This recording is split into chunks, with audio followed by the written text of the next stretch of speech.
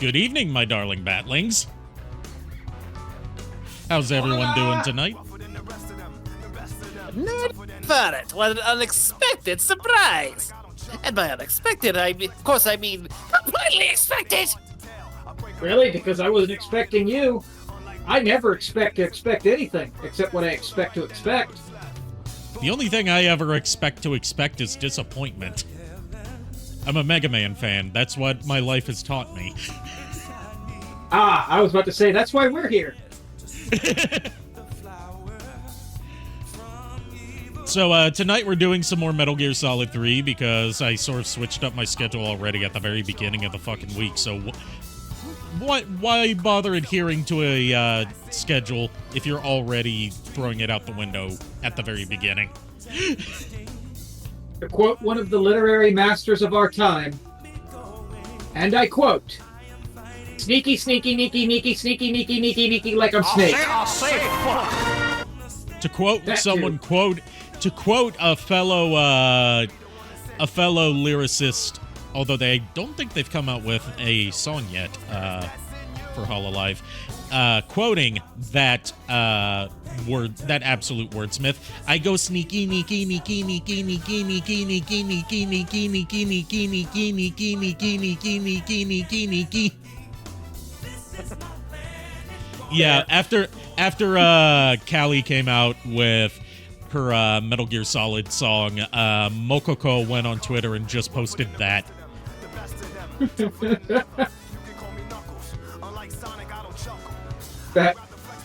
That's awesome. I love Mori Calliope, but sometimes she sets herself up for failure like that. I mean, that was one of her coworkers who did that, and she took it in stride. She thought it was funny. Fair. See, that's why I like Calliope, is that, like, she's not, like, I don't want to say she's not serious about her music, because she still puts, like, you know, serious time and effort into it. But she's not, like, you know, she doesn't take personal offense if people clown on her. As she, you know, and that's good. That's actually good. Because as long as it's, people clowning on her and, like, you know, in a fun, teasing way, not people being assholes, of course. Right. Anyways, let's start sneaky, neaky, neaky, neaky, neaky, neaky, neaky, neaky. And yes, I've got the hotkeys fixed this time, I believe. Nice. So we won't have another freak out like when I tried to switch scenes at the beginning of the last stream. Sorry for canceling on Thursday, by the way, because turns out that I pretty much just shouldn't stream on try to stream on Thursdays, because my weight loss medicine that I take on Wednesdays makes me nauseous, but it takes like a day to kick in. Yeah. It's fully fine. So it's understanding. It's very understandable, and I'm actually glad that you figured out that was what was going on.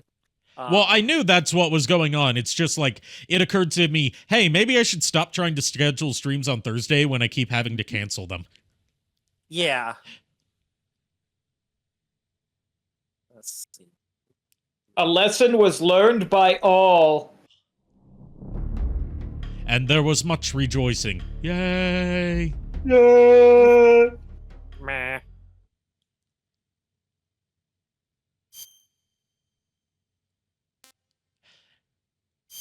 All right, I believe this is... Yeah, this is the save file that we left off on after just completing the Virtuous mission. For the record, I know almost nothing about this game, and it's fine. Okay, it starts with like an introductory mission that's like the first hour or so of gameplay. Basically, Snake, who in this game, this is a different Snake than Solid Snake. This is Big Boss, is the man he's cloned from. Right. Before he became Big Boss. Was sent into Russian territory to recover a Russian scientist that wanted to defect to the U.S., and he failed, and his mentor, the boss, defected to the Soviet Union, specifically a part of their military that's trying to start World War III, and they stole a new super weapon that can launch nukes to anywhere in the world. It's basically a prototype Metal Gear called the Shagohod, and the leader of this military faction, Colonel Volgin, was given a nuke by her, and he launched it to make it look like America nuked Russia so he could try and stoke the flames of war between the U.S. and Russia. And Like a villain should. And Snake got his ass kicked and should not be back in service right now, but as we're about to see, he's the only man that can pull off this job. I'm a traitor and an accomplice to the boss's defection. They're just looking for a scapegoat. And if you need an idea of like what point in the timeline this takes place, this is the earliest game in the Metal Gear timeline, and it takes place in 1964. This fox is still I one step ahead will of be right back. Apparently, I had an Amazon package delivered, and I don't remember seeing it on my front porch. Clear its name. It's okay. We'll still probably be on cutscenes by the time you get back. A chance to come out of this one alive. Yeah, what kind of chance? Don't get too excited. Here, have a cigar. It's Cuban. Yeah, have a cigar. It's Cuban. Yeah. Big Solid Snake likes cigarettes. Big Boss prefers cigars. They decided when they're going to execute us? No. Something even bigger. Yesterday, the White House received an unexpected call. President Johnson? Yes, I hear you, Mr. Chairman. It was a hotline call from Khrushchev to President Johnson. From the head of the Soviet Union? That's right. A few days ago, one of our country's main design bureaus, OKB 754, was destroyed in a nuclear explosion. At about the same time, our anti-aircraft radar picked up a signature that appeared to come from one of your military aircraft. Thus, So yeah, keep in mind this whole mission to get Dr. Sokolov out of the Soviet Union was a breach of international law, and like something that the U.S. could be in deep shit for if it were to be exposed. With the help of your predecessor, I was able to survive. You're back in time for the really long phone call between President Johnson and Chairman Khrushchev.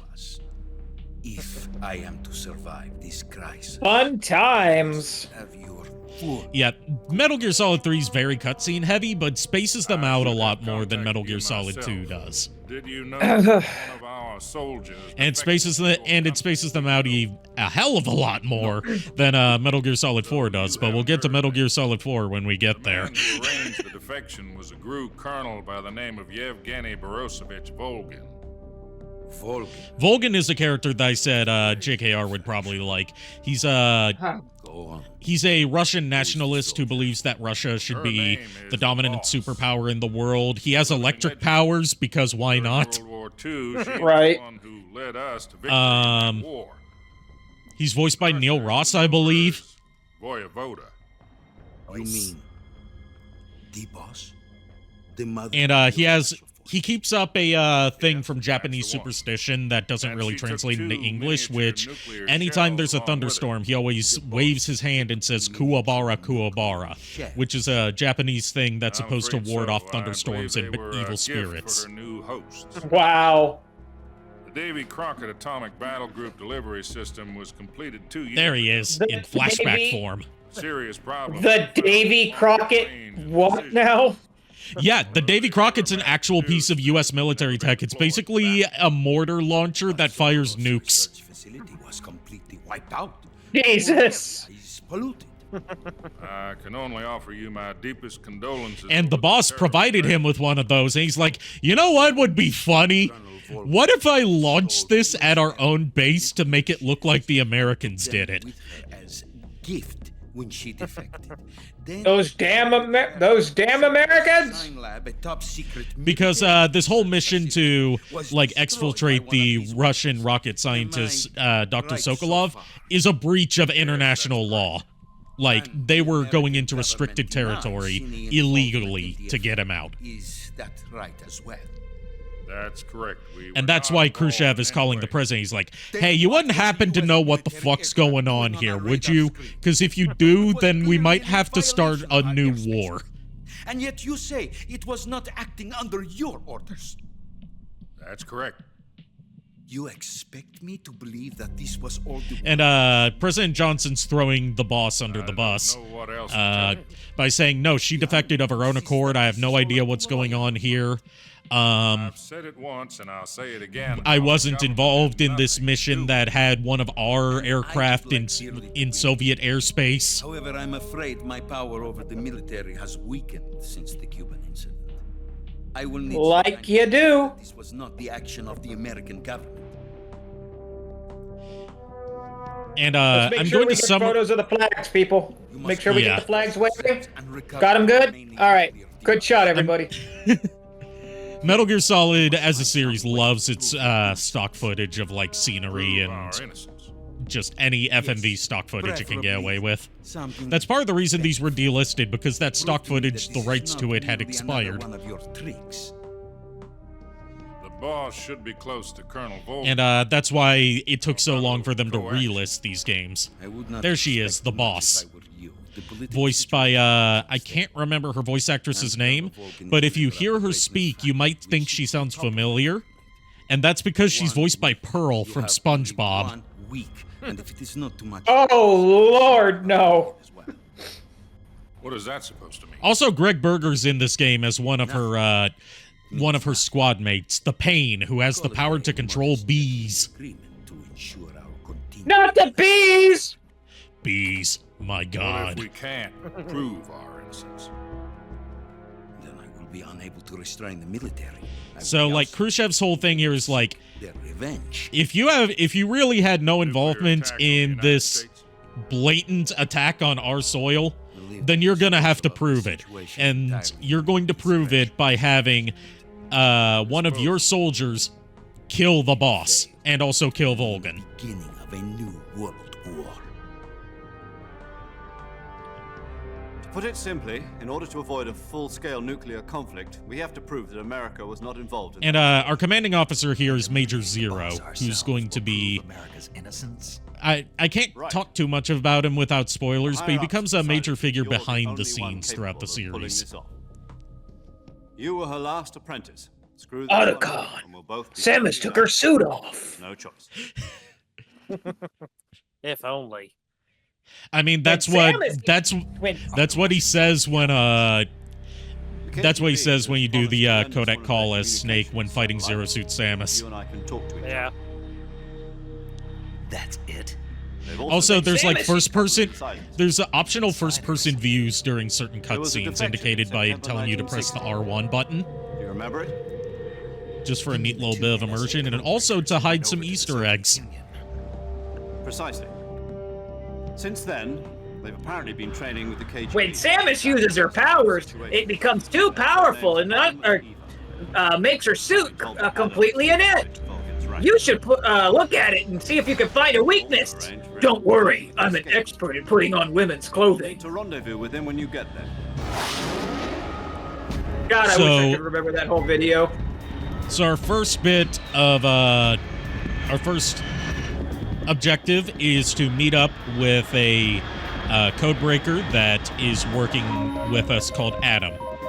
There's another one called Eva. Just keep that in mind.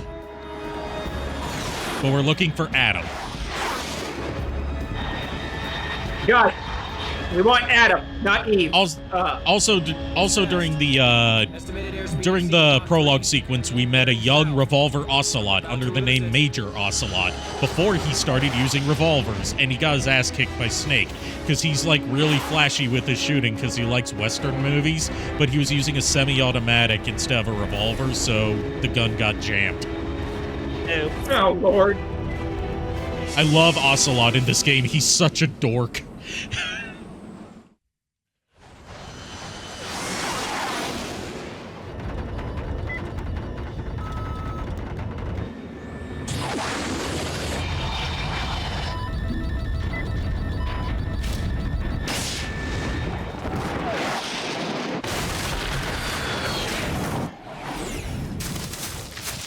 Hey, at least he didn't lose his backpack this time.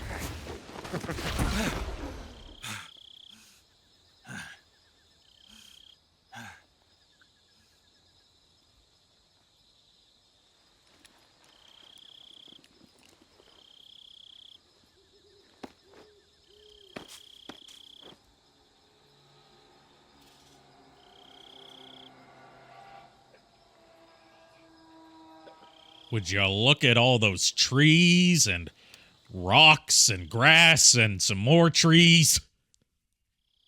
In the jungle, the mighty jungle. Glad to see you landed. The safely. song gets copyright claimed. Snake, let's go over your mission objectives one more time. Way to go, Let's do Ferd. Sokolov. Find out what's happened to the Shagahog. That's why I didn't sing too then much of destroy it. And finally, eliminate the boss. Eliminate the boss. This mission will be codenamed Operation Snake Eater. Because I'll be taking on the boss in our Cobra unit, right? Don't forget No. about Colonel Volgin. I'm not a hired killer. I know, but that was the Kremlin's demand. Demand? You mean it wasn't just a request? What's it to us? Also, Bruce during Jeffries the tried to find opening Colonel in his prologue, faction. which was It's called the supporting the Virtuous current Mission, regime helps us Major avoid a Zero went nuclear under the name exchange, Major and that's Tom, what we'll do. and he's going to rename himself to And Major the Zero CIA's here. demands. Because, Our priorities as are it the turns rescue out, of Sokolov Major and the Tom destruction of the Shagahog. was sort of like a bad Roger luck that, thing Major for him to Tom. call Hold on, himself Snake. as the What CEO. now? I'm changing my code name. Oops. It turns out He named it Tom after was The more Great Escape, suspicious where choice. there were 3 What do you tunnels mean? that were dug Truth to is, get out when I of. chose my code name, It was I a picked real the life wrong story Wrong about some one. American soldiers who dug Did you ever see tunnels the out of a movie The Nazi Great prison Escape? camp. Came out last year. And their missed that tunnels' one. names were Tom, Dick, and Harry. It's He's based on a explaining it true here. Story about prisoners who escaped from a POW camp in Nazi Germany. The prisoners dig 3 tunnels as part of their plan, but the Nazis find 2 of the tunnels before they're finished. The prisoners succeed in escaping by using the last remaining tunnel. The names of those 3 tunnels were Dick, Harry, and Tom. I get it. You used the name of the tunnel they escaped in as your code name because you thought it would bring you good luck. Yes, that's exactly right. At least, that was the plan. But But I got the name wrong. The one they escaped in was Harry. Tom was one of the unlucky tunnels. It was discovered by the Nazis before it was finished.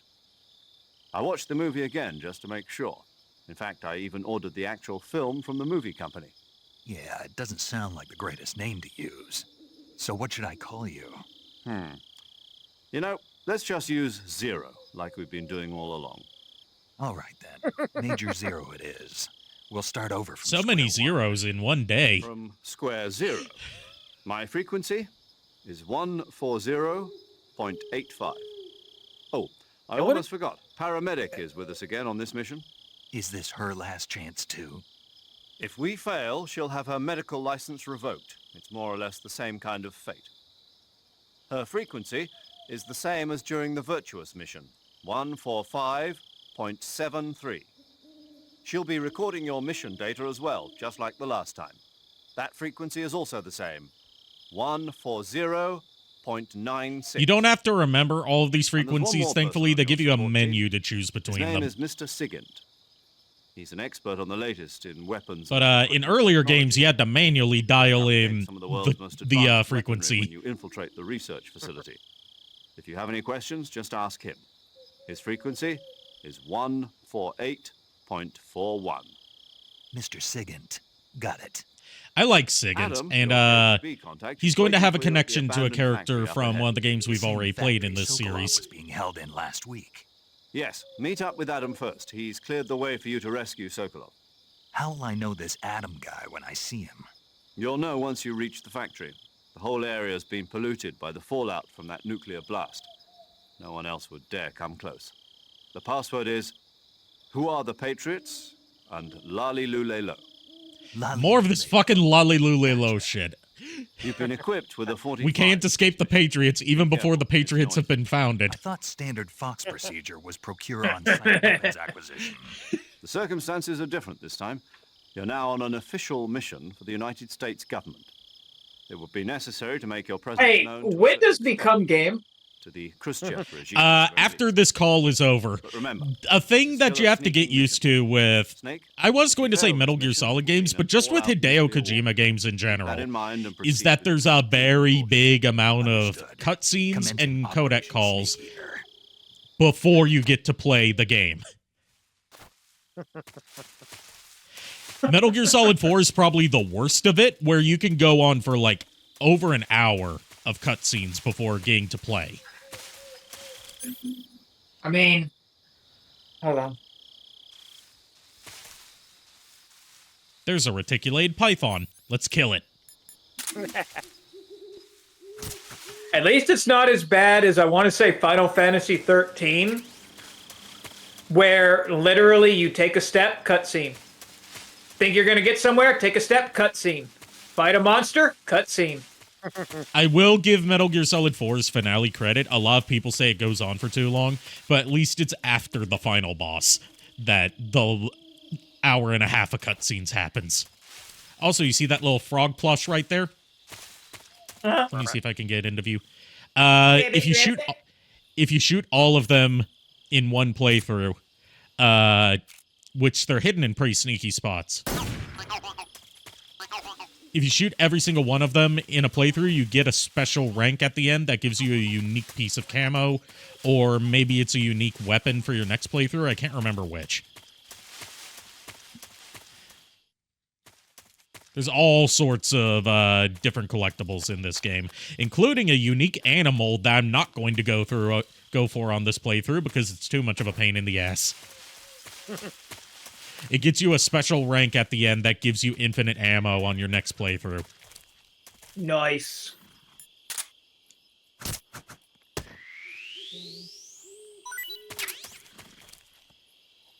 All right, here's where we're going to run into a familiar face. I keep forgetting to check the dang chat log. No one's in chat besides you guys right now. Yeah. And the bots. Yes. Ah. My fair bots, enough. not the spam bots. Oh my god, it's Mr. Ed. A horse is a horse, of course, unless, of course, a horse, of course, is incredible, Mr. Ed.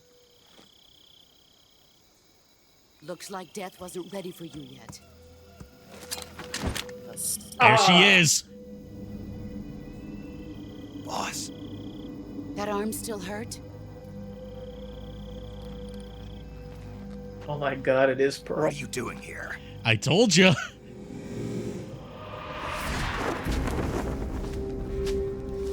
Hello?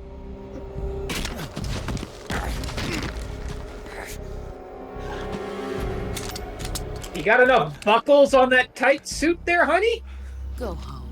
She has a tendency to dismantle his gun every time she runs into him. She can dismantle my gun. I'll stop. Waiting up ahead.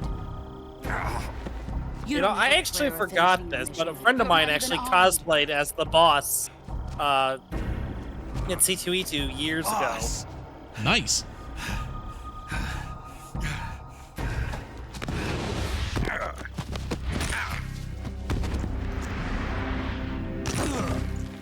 Hey, at least she didn't break multiple bones of his this time. There's nothing for you here. I've got a bone. She can. Okay, I promise I'll stop. Go back to your boss. Just wait until we meet our contact.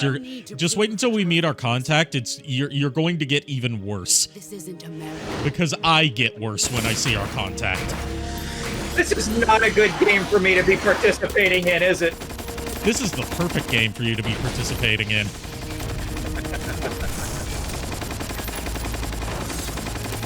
Because this is also the horniest game in the series, apart from Metal Gear Rising. I don't think you got it, honey. Can you keep shooting? I think you missed a spot. To give you an idea of like how good of a shot she is, that gun is supposed to be mounted on planes. The border is 60 miles south. That ghost behind her is a dead member of her unit that she had to kill herself as part of a mission from the U.S. government. His name was The Sorrow, and he was her husband. I didn't. His appearance is always accompanied by thunderstorms. What about you, Jack? And yeah, Is it going to Big be Boss's loyalty actual to your name is country, Jack. We loyalty never get his to last name. your Just country or your old his name's mentor? Jack. The mission or your purpose? Is it Your off? duty to your unit or your personal I mean, feelings? technically his first name is John, but back in this time period, Jack was a nickname for people named John. You don't know the truth yet. But And have Hey, you ever wait wondered for what it. Solid Snake's real name is? Just I don't throwing it expect out you there to because they confirmed it in Metal Gear Solid 1. It says that I have. It's but you can't David. defeat me either. You Please know let his last name be Hater. No, that was by complete coincidence. Just look at that bandana. What's up? If you What's up, can't put the JKR? past behind you, you Check won't the survive call long. chat real quick.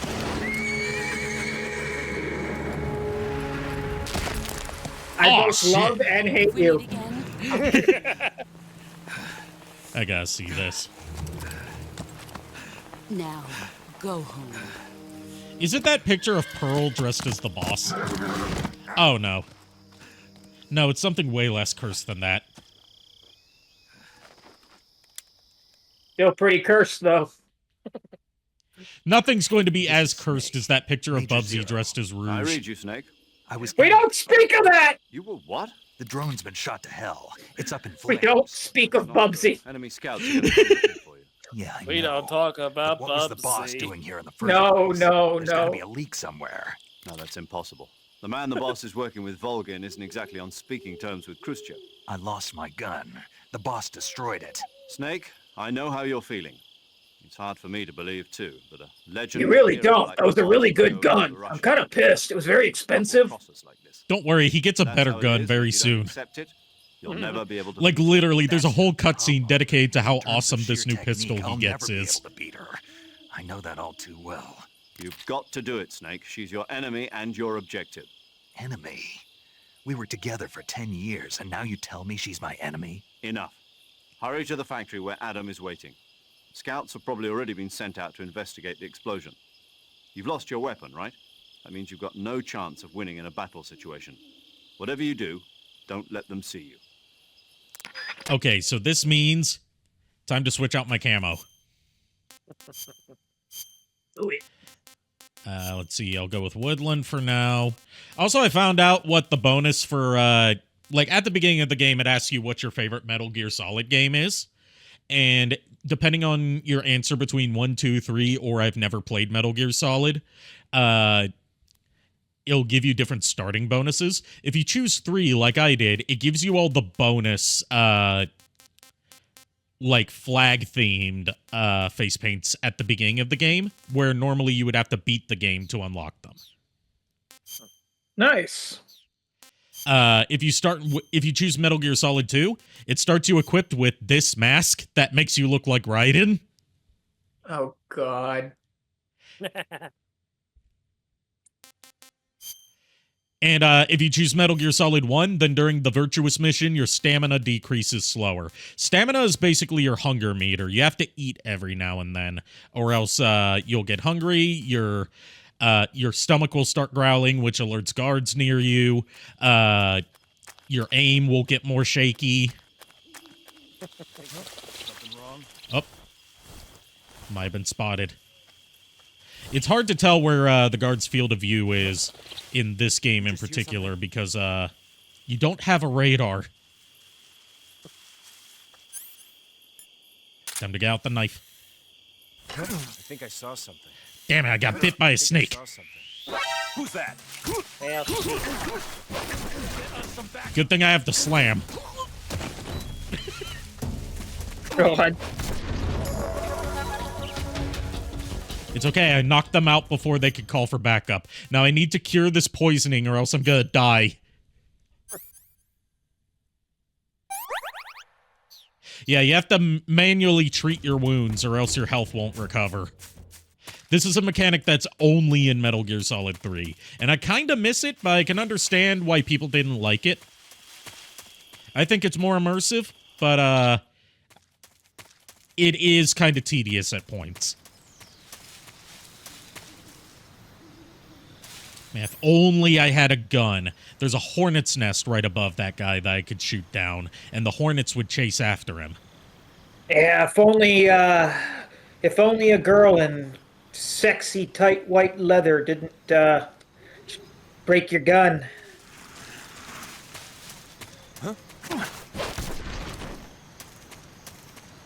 I said what I said. Also, a thing you can do here, you can cut the ropes on the bridge to make it more wobbly, so guards are more likely to fall off. There's all sorts of ways you can fuck with the environment to make stuff either easier or harder for you. Ooh.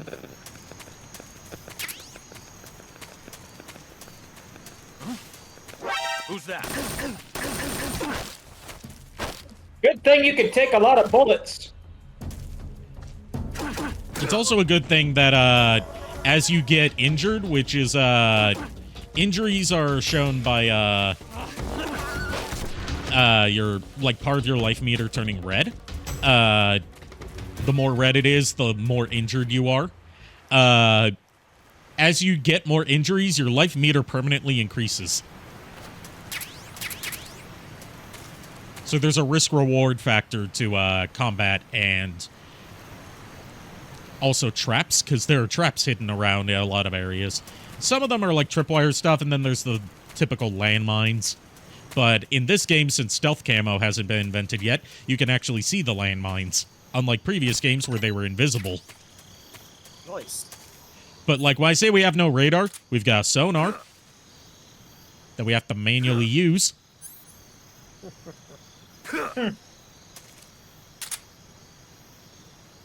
It's not letting me press L3 to emit. Wait, I am doing that. Very impressive sonar. We've got a motion detector, which detects anything moving, not just enemies. We've got an AP sensor, which tells us when people are nearby, but all it does is vibrate and beep.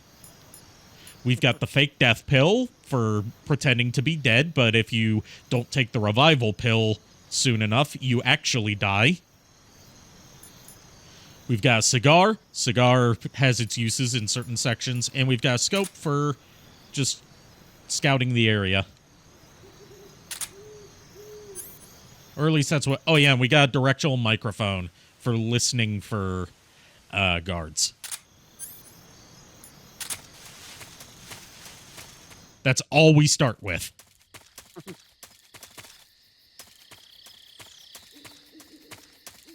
All right, we're back at the facility where the Virtuous mission took place. Looks as shitty as it did before. Well, it was an abandoned factory, I believe. So, makes sense that would be worn down. It was like this before it got nuked, is what I'm trying to say. And we just got an AK-47. Nice.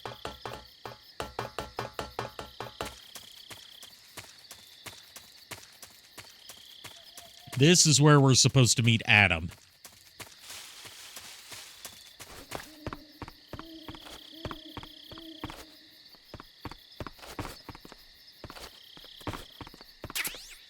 Oh, cardboard box. I gotta show you the well, first of all, I've got to introduce you guys to Mr. Sigint. Because he's a new guy. Yo, you're Snake, aren't you? And you're Oh, God. I heard that you're an expert on weapons, equipment, and cutting-edge technology. Close. Huh?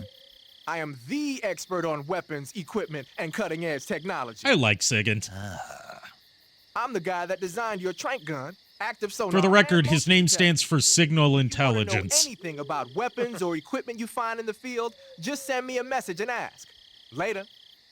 Checking IMDb for a moment. Voice sounded familiar. Want to make sure I'm You'll right hear a and not lot of racist. familiar. You'll hear a lot of familiar voices throughout the Metal Gear series. One of the recurring villains from Metal Gear Solid 2 into Metal Gear Solid 4 is voiced by Phil Lamar.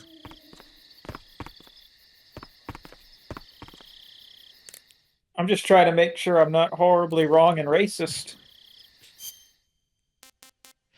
The one thing you're not going to find is that we still don't know who voiced our contact in this game, because their voice actor went under a pseudonym, and their identity has never been revealed. Damn. I was wrong. Turns out I'm, well, Shit. I was gonna say they sounded that Signet sounded like Lucio from Overwatch. I can kind of hear that, but this was way before Overwatch. Right, but that doesn't mean the dude didn't have work before Overwatch. Yeah, but Overwatch tended to hire a lot more new people, to my knowledge. So this is the first canonical instance of someone with the Snake codename using the cardboard box. Nice. Sounds like the code.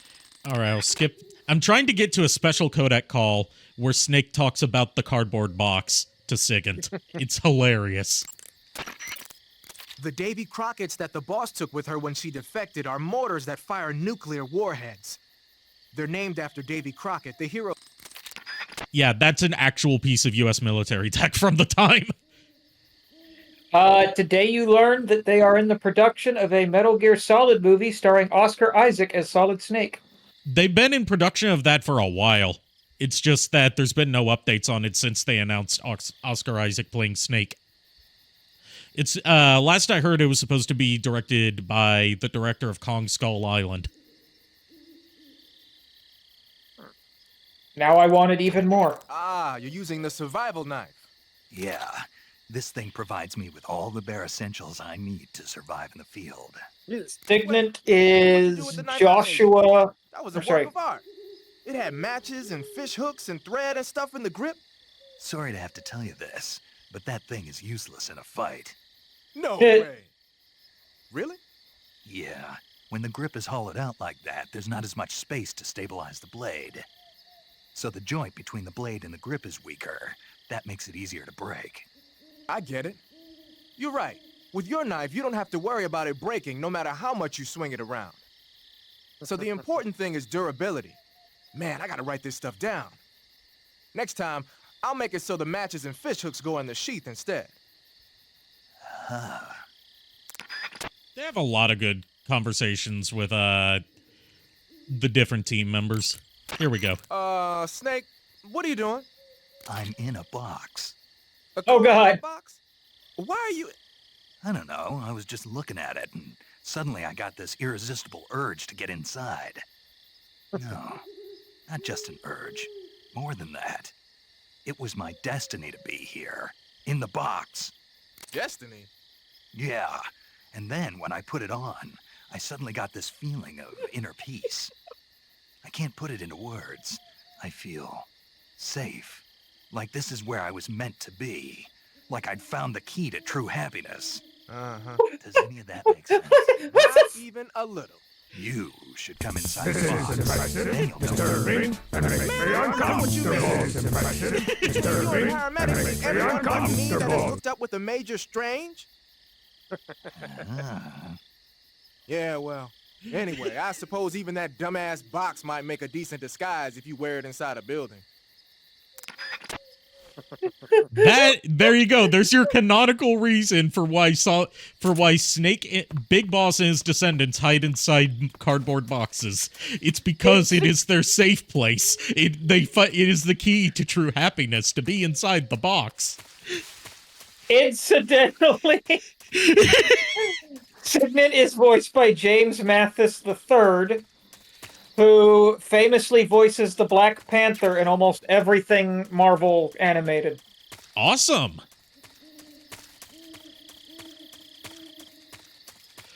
But some other recurring voice actors you'll see throughout the Metal Gear series are Vanessa Marshall, Jennifer Hale, Greg Eagles, Phil Lamar, Cam Clark.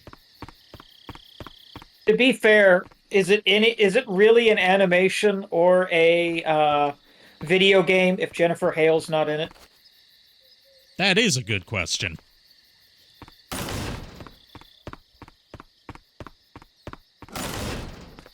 All right.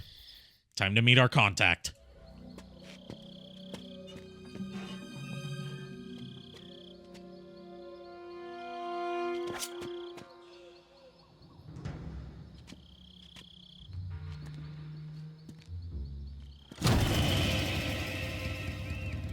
The light! The light! You don't look like an Adam to Are you the agent they sent? Are you Adam? I thought you were supposed to be a man. Adam couldn't make it. All right, say the password. Who are the Patriots? Who are the Patriots? Answer me!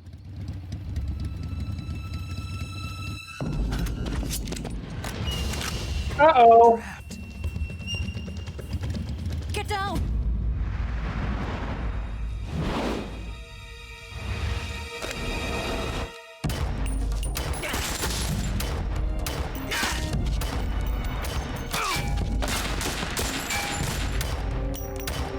Shooting at nothing.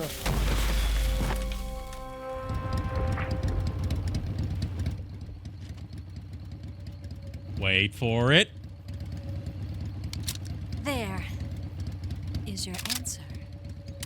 Like I said, we still don't know who voiced her. She was credited under a pseudonym, and no one on the cast has revealed who it was.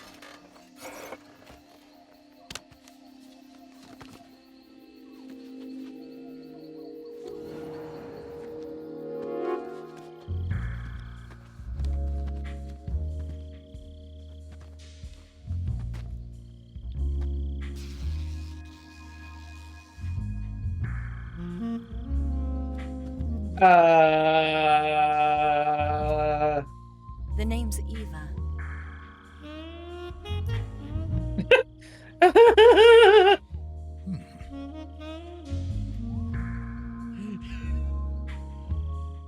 Yeah, say hi to Eva.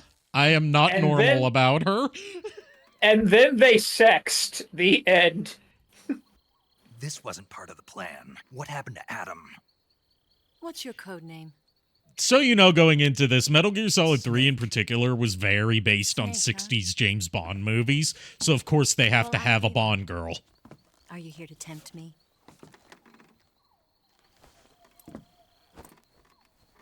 What happened to Adam? Misa Colonel Watanabe Logan is a very is the suspicious voice man. of Eva. Decided Adam wasn't the right Japanese person for voice. the I'm talking about English dub voice actress. You were. Yes. English dub voice actress was credited as Suzette Minier, but that's a pseudonym. I heard you used to be a code breaker for the NSA. I was. 4 years ago, I defected to the Soviet Union with Adam. And she only voiced Eva in this game, as far as we know, because Eva's had other voice actresses in other games. It packs He quite a voiced punch. Eva You're in on a bike. Peace Walker You held it and safe. Metal Gear You used Snake muscle Eater jump to 3D. create a horizontal sweep. Yeah, that's the Japanese voice. Bet you've never seen that technique in I was the. gonna say Suzette Minette. It's imitation. Oh, Suzette Minier, yeah. It's a Chinese Type 17 We pistol. like I said, we know Around. Suzette Minier is a That's hard to pseudonym. We come don't by. know who the person behind the pseudonym is. Right. Don't worry, though. The one I've got for you is American. In the game Portable Ops, I believe she was voiced by Vanessa Marshall. And in Metal Gear Solid 4, she had a different voice 45, actress for huh? obvious reasons when we get there. Here's that part about the gun I was talking about. Incredible. Do you like it? The feeding ramp is polished. It to a kind of metal reminds me sheet. of Cree Summer. The slide's been reinforced. And the I interlock don't on the hear frame any is Cree tightened Summer for in added it. Precision. The sight system is original too. The thumb safety is extended to make it easier on the finger. A long, Oh tight my trigger God. with non-slip grooves. He's such a gun nerd. The basic I trigger love guard's him. been filed down for a higher grip. There's I love Big no Boss way in hell- general. Nearly every part of this gun has been expertly crafted and customized. There is no way in hell this game was meant to be taken seriously. It wasn't. It's very tongue-in-cheek. Where'd you get something like this? Like, it does have a serious plot, but it's got a lot of intentionally goofy Probably used to moments belong in to it. one of your officers, and there are more where that came from.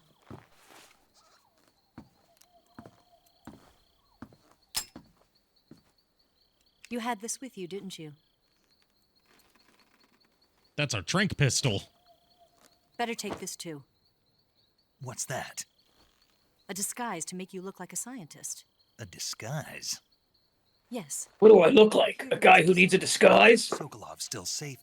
I love the disguise because it's so transparently just him wearing a lab coat and At the glasses lab, they've got a whole that it doesn't even fool the other scientists. They immediately recognize you're not one of You them. might be able to sneak in.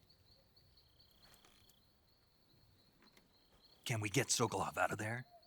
We'll see, won't we? Tell me how to get to the lab.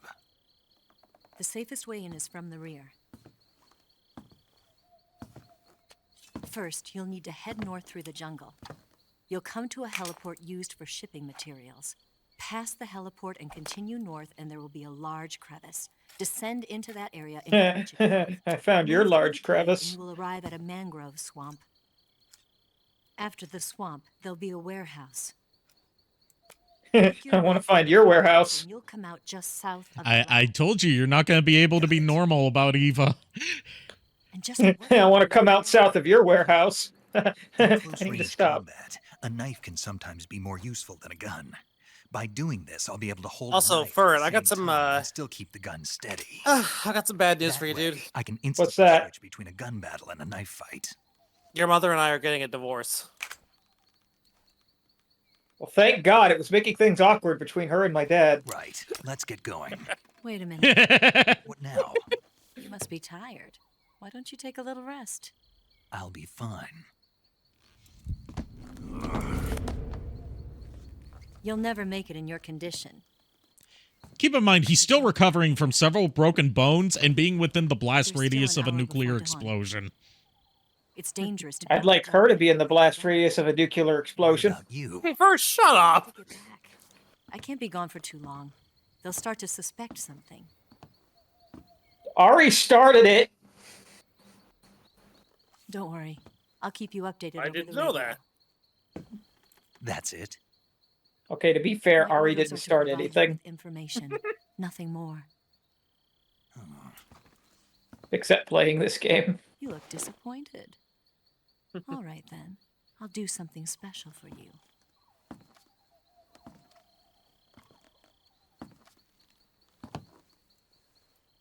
Hello. I'll stand watch until dawn. Now be a good boy and lie down. Yes, mommy. Sorry, I mean, mommy? Sorry, I mean, mommy? I don't. Okay, we got a Long John Baldry redeem. Thank you, How Kier. well do you have to know me to trust Let's me? see. Snake, did you eat my tombstone pizza topped with snakes along with my bottle of Cobra Kai venom? Gonna get that? I hope that satisfied you.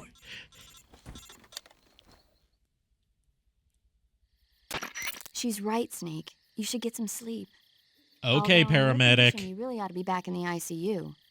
I also Now, really let me like save the game paramedic. and She's a quit. total You'll go to nerd. sleep. Sleeping allows you to gain She loves stamina movies. naturally. Depending on how long you sleep, you may also recover naturally from sickness and injury. So like for the people that When you're were tired or here hurt, for the best thing to do is the just Metal get Gear some Solid sleep. 1 playthrough So do and the Metal yourself a Gear favor Solid and 2 take a nap. playthrough, you know how in Metal Gear Doctor's Solid orders, 1, okay? every time we saved, Mei Ling would say a famous quote from literature and philosophy, right? Yeah. And in Metal Gear Solid 2, whenever you saved, Rose would bitch at you about relationship drama. Right. In this game, every time you save, or at least manually save with a paramedic, she tells you about one of her favorite movies. Yeah. And the first one is Godzilla. Nice.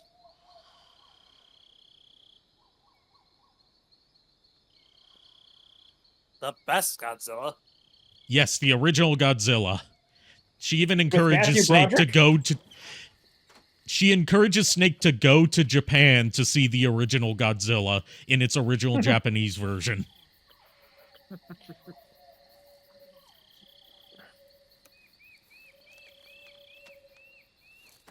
As he should. One day later.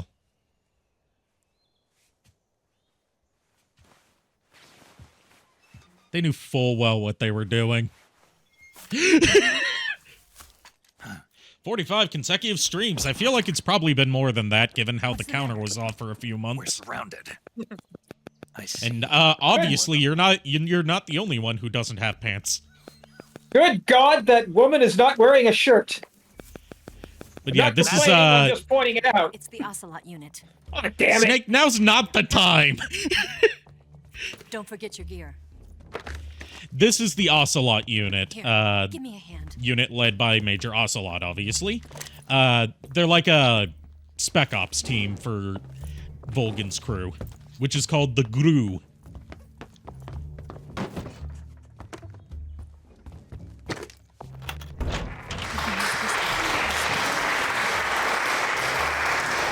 Don't know what the applause is for, other than titties, but sure. There's Ocelot. Voiced by Josh Keaton in this game. I'll get past them on my bike. I'll call you later. She asked Snake to give her a hand, so... I'll keep them busy. Huh? Don't go dying on me now.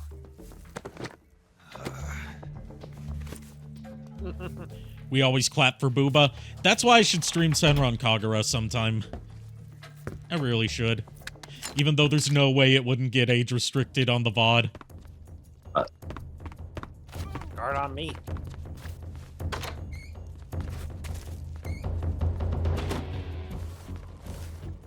I am not okay. It's okay, we're going sneaky, neaky, neaky, neaky, neaky, neaky, neaky, neaky. To be fair, Furt, when are you ever okay? I got a thing for blondes. Let me just put it that way. Oh, then you're going to love the Metal Gear Saga. There's a lot of blondes. Blondes, redheads. Redheads are my frickin' kryptonite. I've actually determined if I ever marry a kryptonite, or if I ever marry a redhead, I'll probably die. If I ever marry a block of kryptonite, I will die.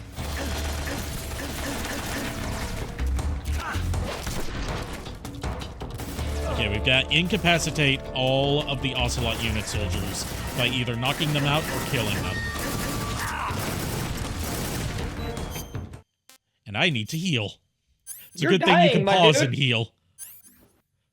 Okay, Well, try it's the so bullet nice out. of the bad guys. It's so nice of the bad guys to give you this time to just, oh, guys, he's healing. Hold on. I like brunettes too, but like blondes and redheads are my weakness.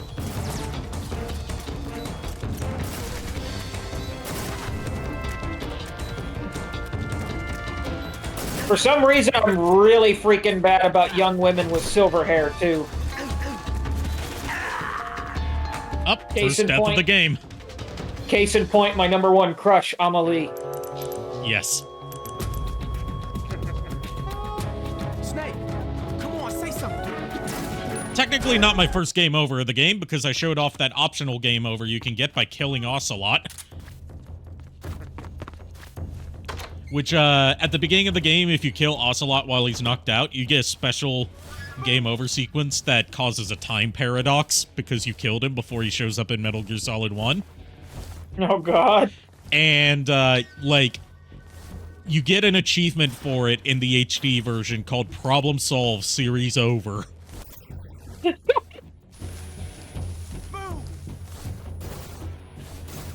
That's brilliant.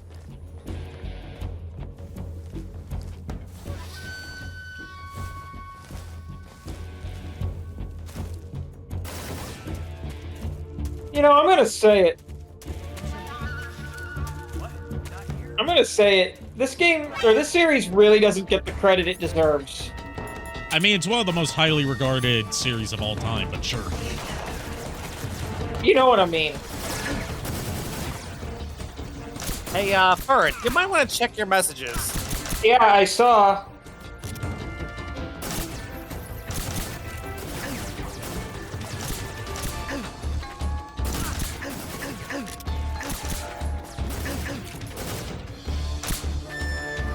So, I've gone on about this in previous Metal Gear streams before, but since you were not present for those, Furret, let me fill you in on just how much attention to detail they put into the combat of Metal Gear Solid 2 onwards.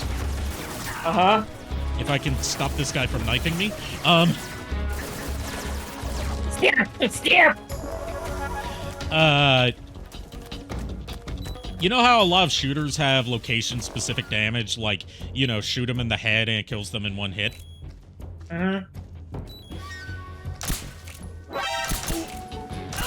Not only do they have that in Metal Gear Solid from the second game onwards, you can shoot them in the balls and it kills them in one hit. Nice. And in this game, there's a sequence, not getting into too many spoilers, but there's a sequence later on where you have to confront the spirits of everyone you've killed throughout your playthrough. And their tormented spirits talk to you depending on how they were killed, with different animations and different quotes.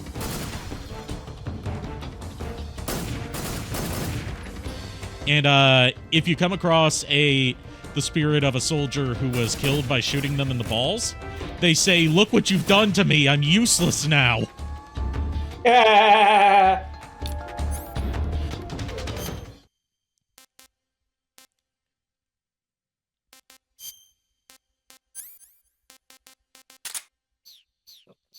And because of the recent streak of videos I've been watching, I can't hear that without thinking about Phaelus saying that in the old man voice. "I'm completely useless now." Hey, Fern, did you go to school, stupid? Did I what? Did you go to school, stupid? Yes. And he came out the same way. Yep.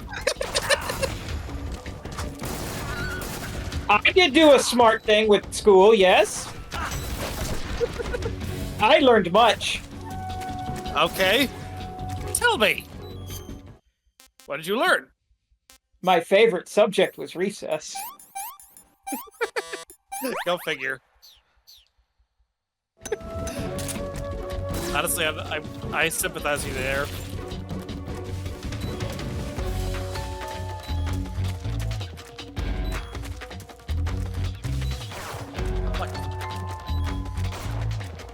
Sorry for not checking the chat right now. Kind of need to focus on not dying.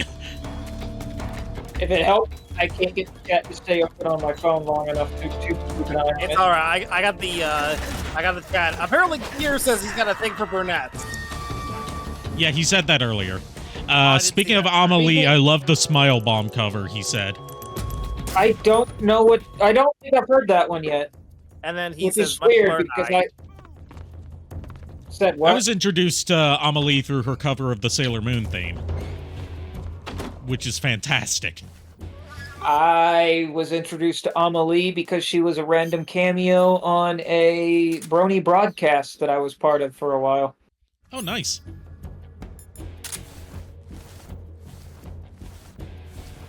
Doubt she remembers that. She probably doesn't. But it's okay for it.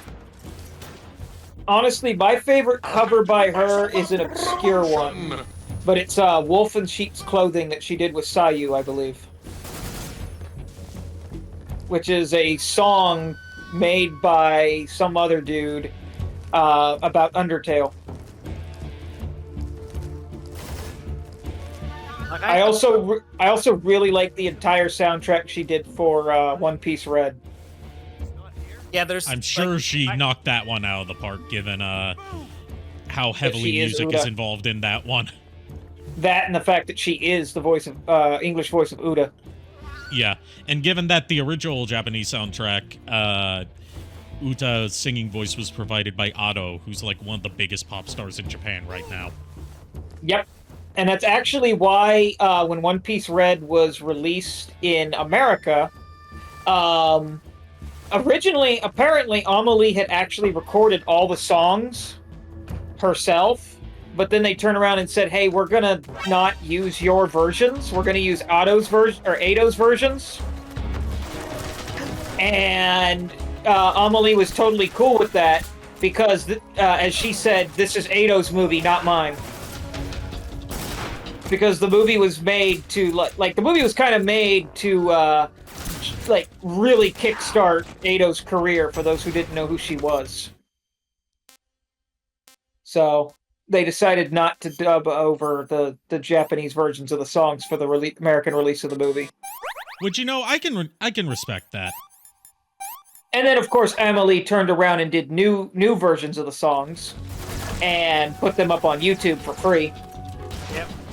Yeah, I saw her cover what was it called, Musica?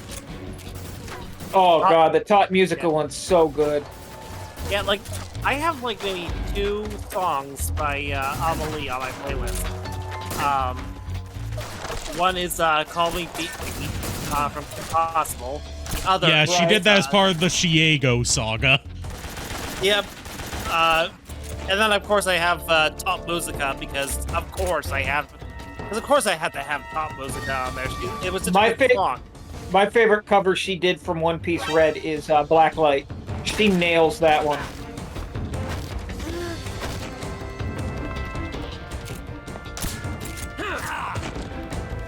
Infamously, she actually really does not like the cover that she did for Top Musica because she had to like master the I think it's Latin.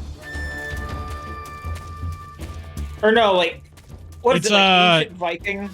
It's like old Germanic English or something. I want Like, to say Slavonic. Like basically it's a dead language anyway. So right. Very hard to learn and sing. Yeah, she had to master that, and she said it took her months, and she hated it. She doesn't hate Tot Musica. She loves that song. She just hates... She hated the production of it. Yeah, she doesn't think her version even matches up to Eido's. Which, agreed. Eido did a much better job on Tot Musica. I mean, I think they're both good, but I do agree. Eido did, like, knocked it out of the park. But everyone loves Amelie's take too. It's good. I see you. At least from what I've understood.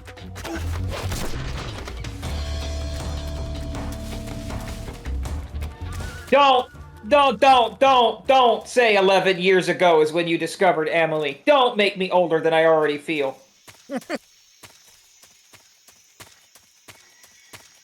Alright, that's all the Ocelot unit taken care of. Just trying to remember where you have to go to trigger the next cutscene.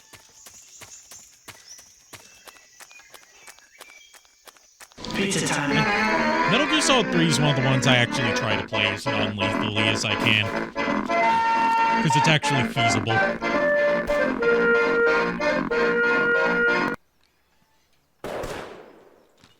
I've been waiting for this moment. That's fair. Ocelot. That's fair, Oh, he's got a revolver now. And he saved the bullet that got jammed. That's it. That's the stance. I don't think so. Ocelot, you can't just do that. Spy? Please, Ocelot. Please, have some class.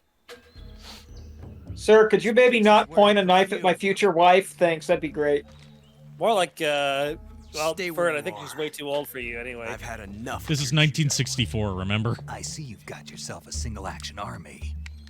I'm a Pokemon. All I gotta do is go talk to Dialga, and it'll be fine. You call that? Are you sure it's Dialga you gotta talk to and not Celebi? It wouldn't have happened if you... Dialga or Palkia, whichever one controls time. That's Dialga, yeah. Dialga's the time one. Palkia is the space one. Unless you were planning to auction it off. I suppose I could talk to Celebi, but fuck that bitch. What you gotta get Celebi, dude? Very basic. Are you kidding me? Celebi's rude as shit. You don't have what it takes to I might as well go ask Koopa. Oh, God. Oh, you mean the same Hoopa you pawned off on me? Fair. Anyway, second time that we're gonna see Ocelot get his ass handed to him, and it's so satisfying. Knowing how much of a shit he becomes. No.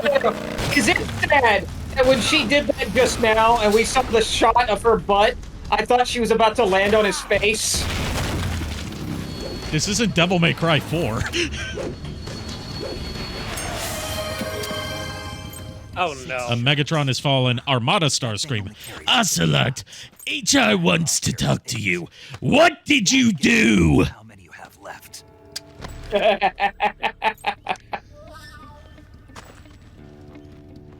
But yeah, all this showing off his fancy new engraved Colt single-action army revolver, just to not realize he doesn't have any fucking bullets in it. And he put it in backwards. This guy's the guy that becomes Revolver Ocelot? Yes.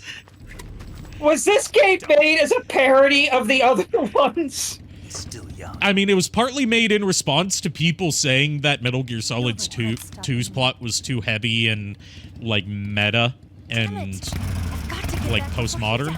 So this was a deliberate attempt to try and capture the, sort of campiness of a 1960s spy movie.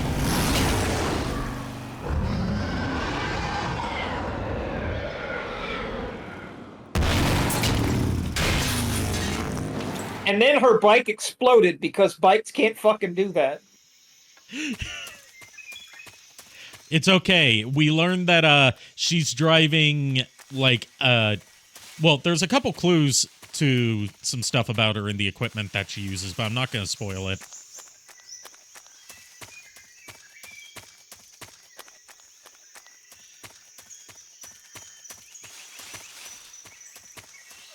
All right, nothing left to get around here, I believe.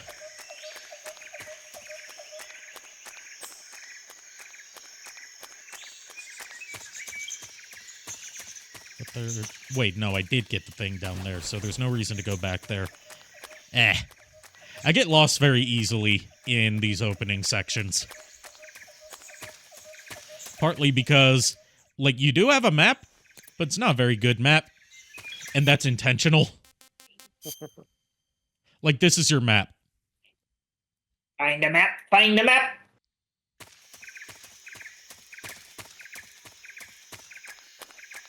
Or no, That's the way we need to go.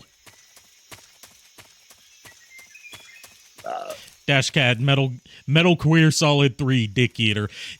Dashcat, I need to show you that compilation of every gay moment in the Metal Gear saga. Because there's a lot of gay subtext throughout the Metal Gear saga. Ocelot is just straight up confirmed to be gay.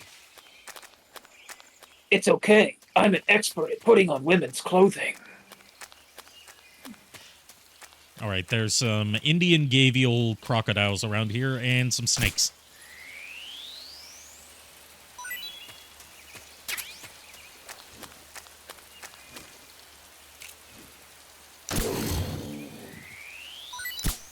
Right, because a single bullet's going to take down a gator.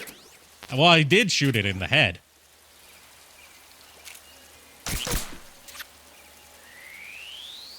The fuck was that? That was a frog. And that was a poison dart frog.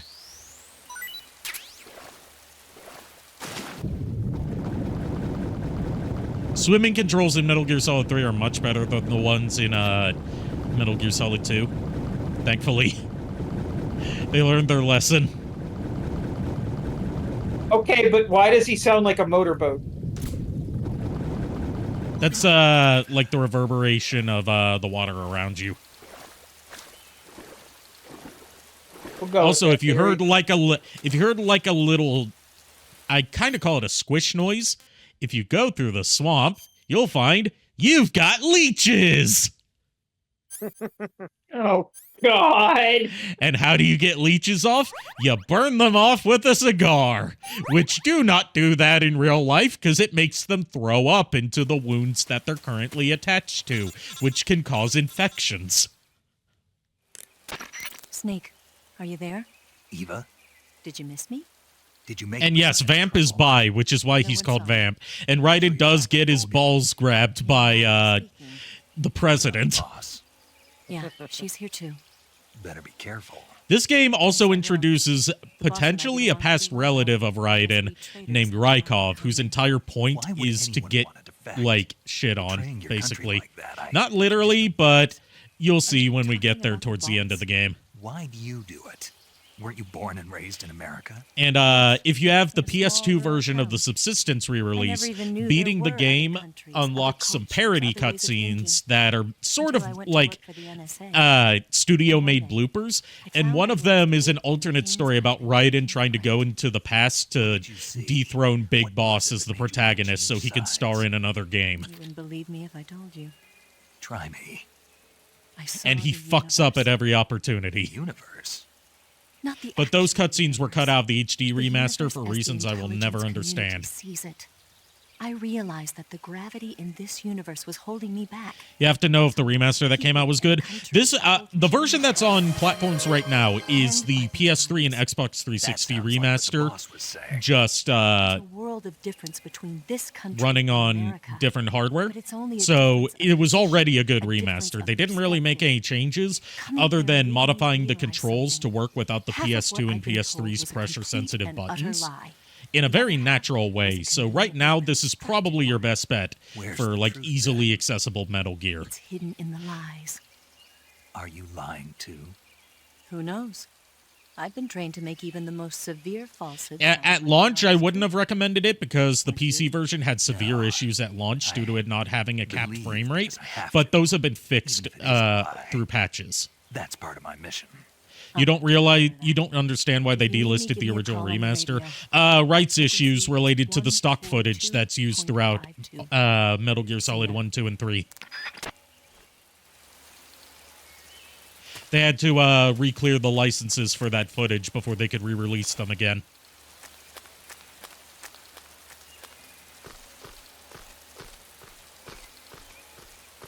So, are you gonna do the thing I sent in?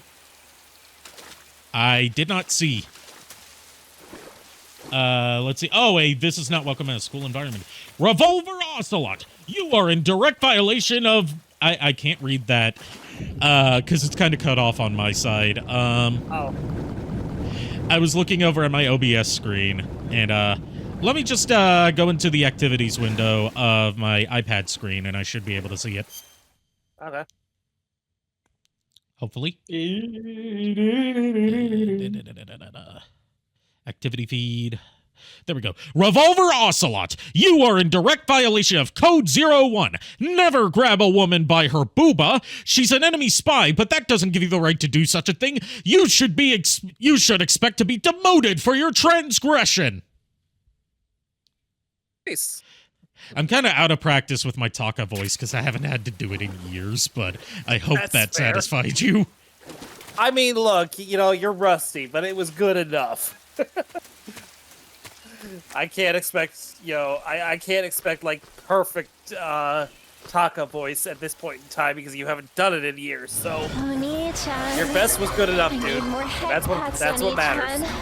Thank you for the head pats, Dash Cat. Other loot things, but I need my head pats on each hand. Fucking hell, I'll pat your damn head now. Stop choking me!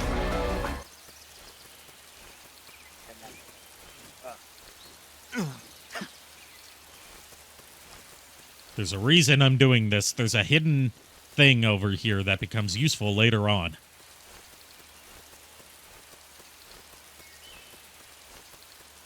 These crocodiles or gators, whatever they are. They're crocodiles. It's a kind of Indian crocodile. Okay. There we go. We got the crocodile cap.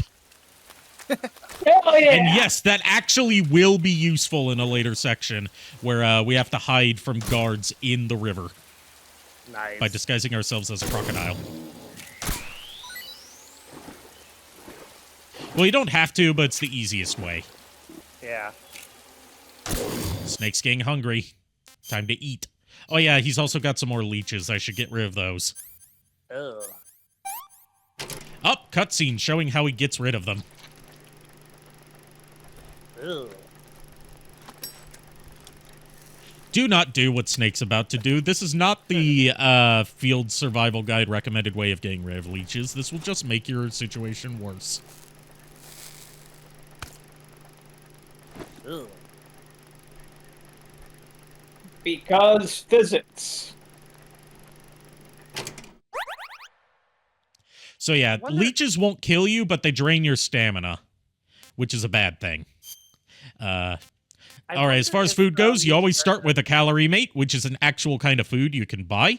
I've had them before. They're pretty good, although a little bland tasting. They're basically like an energy snack that debuted around the time that Metal Gear Solid 3 takes place, which is why there's this product placement. They come in two forms. Block form, which is sort of like a shortbread cookie, and I believe they come in like a pudding form as well.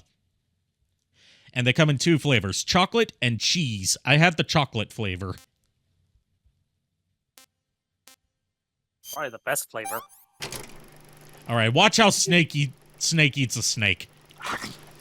He doesn't even, like, descale it. He just goes for it. We have title, ladies and gentlemen. Yes, the snake eating has happened. The game can end now.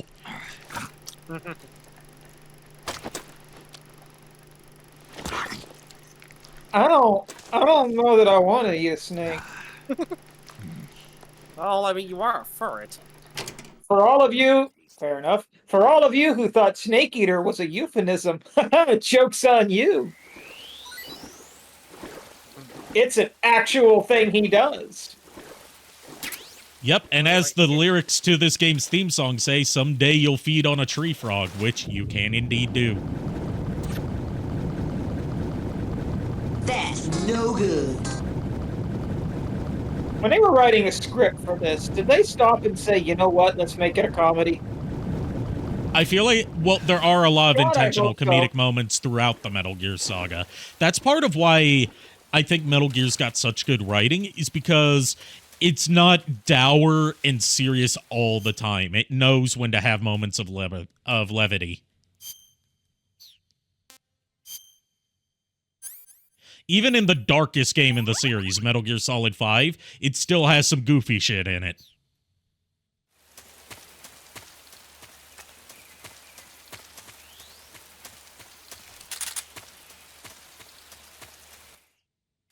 You're really beat up about this whole bundle thing, aren't you, Kier? Yeah, it's Sega's getting ready to delist Sonic Generations on all platforms, and as a final fuck you, they're raising the price of the bundle that it was already available in. Yeah, I saw that. Are they doing it because of the remake? That's They're doing question. it because of the remake, yes. It's a practice that Sega's taken up in recent years that whenever a new version of a Sonic game comes out, they delist the old version so people that haven't bought it already have to buy the new one. To be fair, Sega's been pretty crappy for a long time. The first time they started doing this was with Sonic Origins, where they delisted all the old ports of Sonic 1, 2, and CD. And they got a lot of flack for that because Sonic Origins didn't launch in the best state. Fair. To me, Sonic Origins wasn't worth it until they made Amy Rose playable in all games. Yeah, it's worth it now that you can get Sonic Origins Plus, which not only, gives you Amy and the Game Gear games, but also gives you the stuff that was previously pre-order and digital deluxe version exclusive, all in one package. But if you're like me and you bought it at launch, then you had to buy Sonic Origins at full price, and then pay another $10 to get the Plus DLC. Oh, F that noise. Glad I got the Plus version when I was visiting you for it.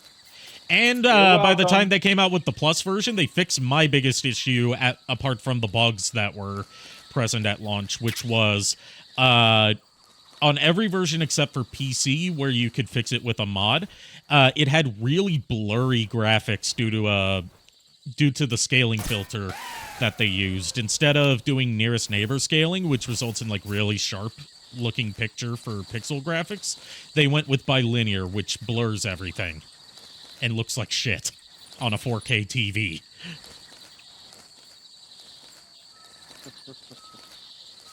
But they fixed that in the last patch that they came out with for it. So I'd say it's almost a perfect way to play Sonic Genesis games by now, but it's not the most pure way because they are new ports. Yeah. With their own changes.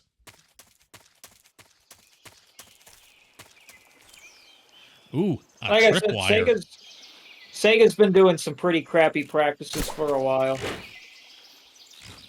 So. Haha, you won't get me that easily. Walks right into it. I have done that before. Because just I have bested the trap, thwack. Just touching it still hurts you, even if it's not swinging. I mean, I would think so, with the spikes sticking out.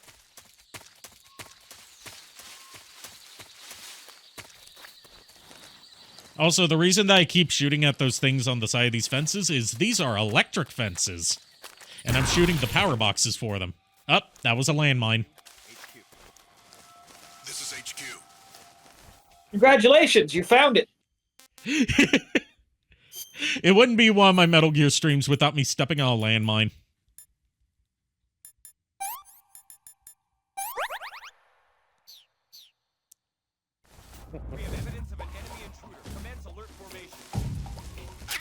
Oh, and they've got guard dogs out here now. I'm gonna tranquilize the dog. You're not allowed to eat the dogs, thankfully. Good God, I would hope not.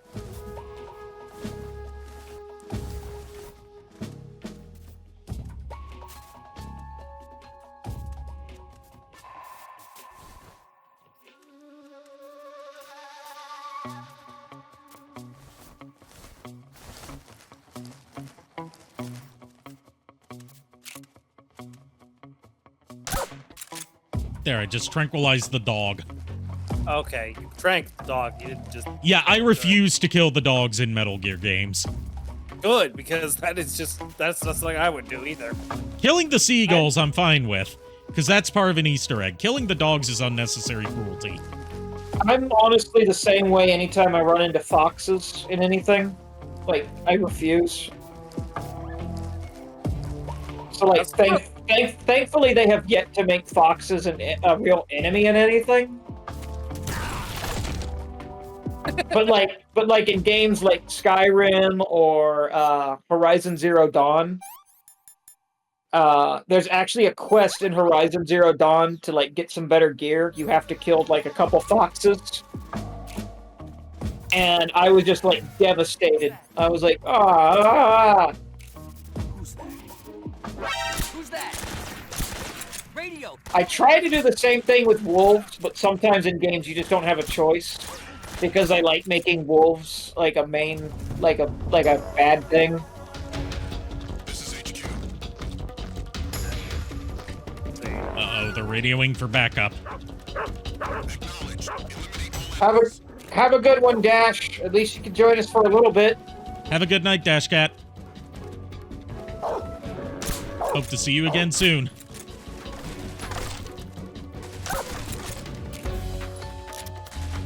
Like, yeah, like, if there's any animal that I have no qualms about shooting in games, it's squirrels. Oh boy, do I have a game for you coming out soon. Get ready for this, dear JKR, as the tables turn and you get to be the squirrel with a gun. God, I can't wait for that game. Like, I know that, like, the Until Dawn game, I know there's a function in it where it's like, if you, apparently I found out this, because I've never actually done this, but apparently if you actually succeed in shooting a squirrel within the first, first 10 minutes or so of the game, apparently the mountain actually gets retribution. So, like, if you shoot a squirrel, a crow will come down and scratch one of your character's eyes. And apparently, like, blood will alert some sort of psychopath to your location. So it's like, yeah, pretty much don't shoot the animals. Hey, Shadow Dragon. Hey there, Shadow Dragon.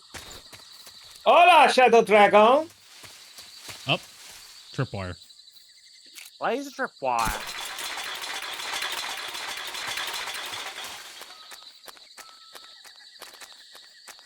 But yeah, there's a game coming out, JKR. I'll send you a trailer for it at some point called Squirrel with a Gun. That's literally the game. I vaguely recall you mentioning this a while back, or at least I saw it on social media. Dude, I cannot wait for this game. It is so batshit nuts. Nuts for a squirrel game. Yep. You're welcome. Did you find the nuts again? What nuts? There are nuts. There are nuts. There are nuts here. Nuts here. Nuts where? Someone said there were nuts here.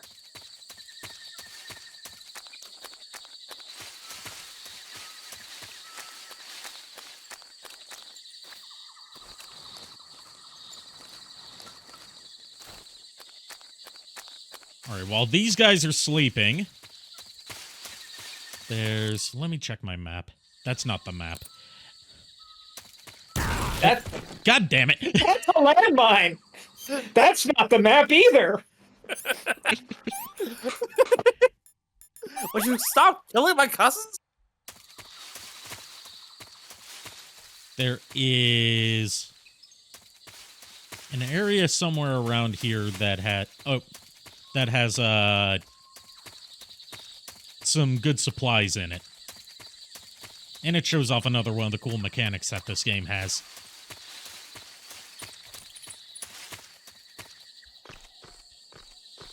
I remember where it is. I'm heading the wrong way. But yeah, like... The dogs apparently wake up really quick from being tranked.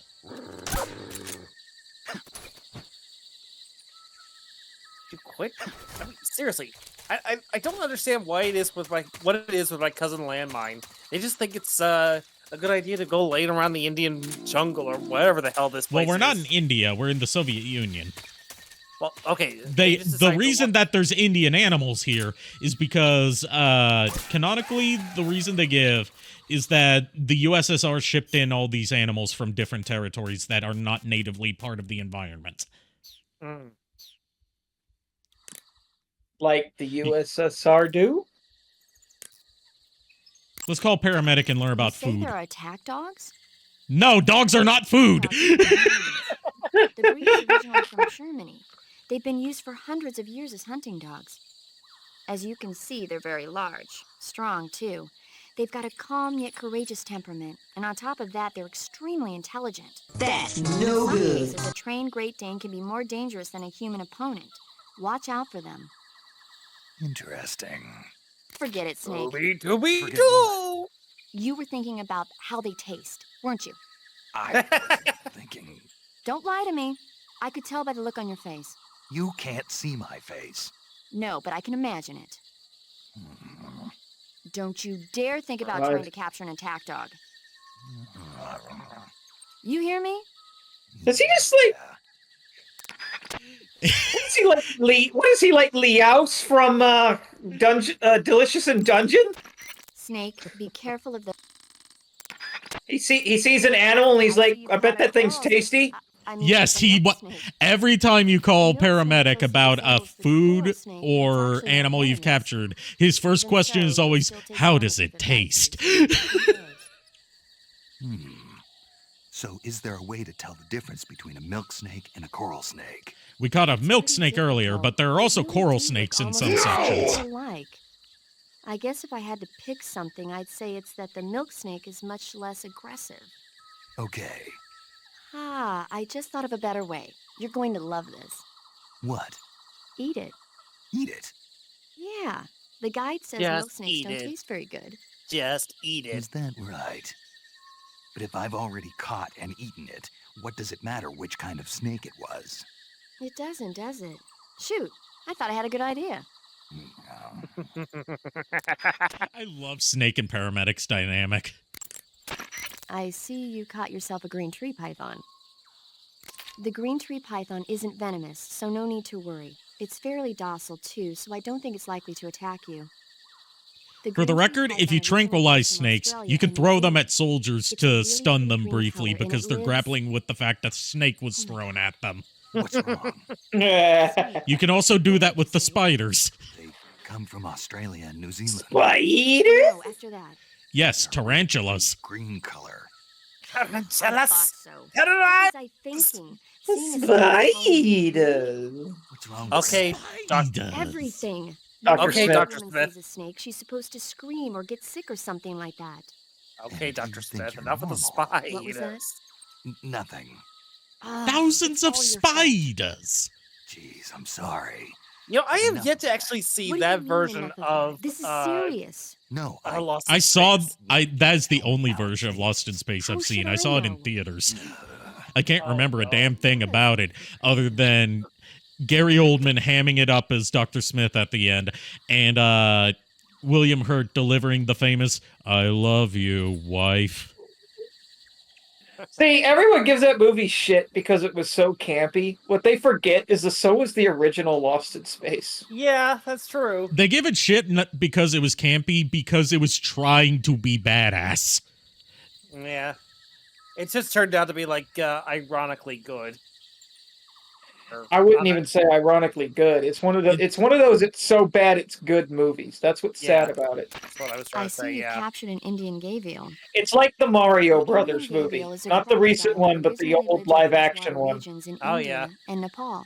Why are It's a terrible movie, but all right, it's bad, but it's entertainingly bad. It's also got fascinating history behind it that makes it interesting to talk about. Adult males grow to over Lost in Space or Mario Brothers? Mario Brothers. One alive. Oh yeah. Use the tranquilizer It was filmed in my state. Got it. So, nice. Taste. They filmed it in an abandoned cement factory during a heat wave, and everyone hated working on it. Chicken. Sounds delicious. But be careful when capturing an Indian gavial. Normally they're cowardly creatures, but the ones in the forest there are belligerent. Apparently they attack humans. What do you mean? Bob Hoskins notoriously told anybody that asked him if he was Mario or asked him anything about that movie to go fuck themselves. Dennis Hopper famously told a story about his kid asking him why he played King Koopa in that movie. And his answer was, I did it so I could afford to buy you shoes. And his kid told him, Dad, I didn't need shoes that badly. Funny part is John Leguizamo disowned that movie for years until the animated movie came out, and then he got Yep, super now he's pissed. embraced it. Oh, the little block that He did say, though, that the fondest memory he had of working on that movie was that he and the actress who played Daisy started dating. Like it. Calorie Mate is an energy supplement that contains all the proteins, lipids, vitamins, Also, carbohydrates, fun and fact, minerals needed one for of the your reasons why they went with Daisy instead of Princess Peach / Toadstool is because they didn't think they something about they couldn't find an actress good enough to play Real Peach. astronaut food is not very good, but that should taste fine. There's a lot of weird factoids about the casting, like how they wanted Danny DeVito to play Mario at one point, but he refused unless they let him read the script. Late for a mission. Really? Aren't you always keeping people waiting?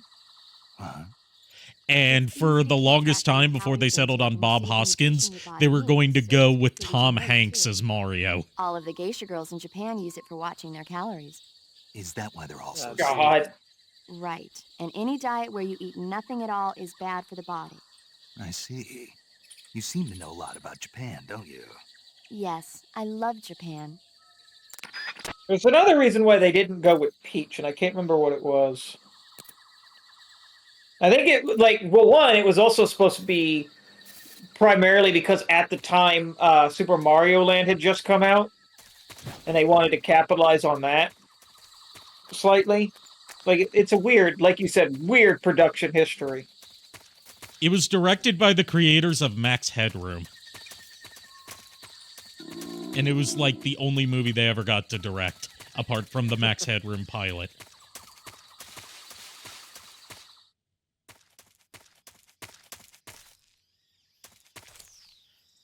Alright, here's the base I was talking about. You can find a Hind helicopter over here, which is the first canonical appearance of the Hind, which is a recurring vehicle in the Metal Gear series. And if you destroy it, it affects what vehicles the soldiers will use in a later portion. Ugh.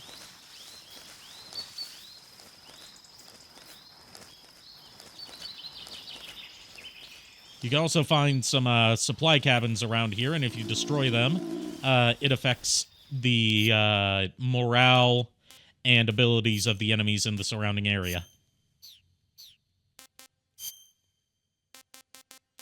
Anyways, let's eat a python. Not too bad.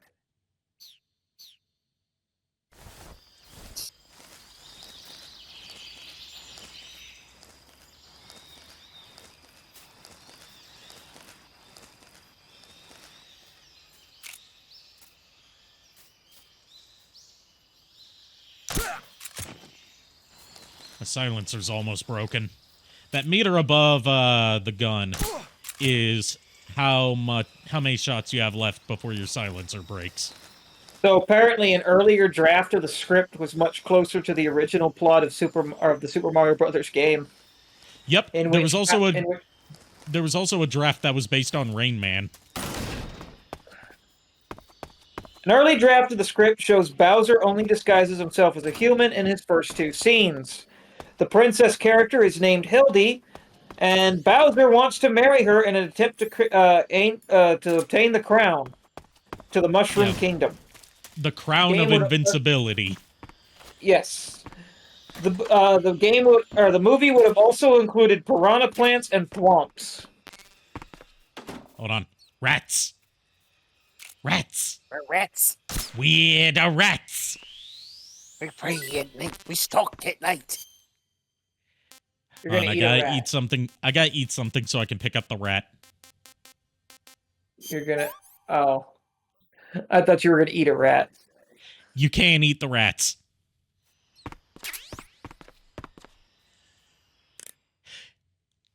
Okay, see, that would have been hilarious.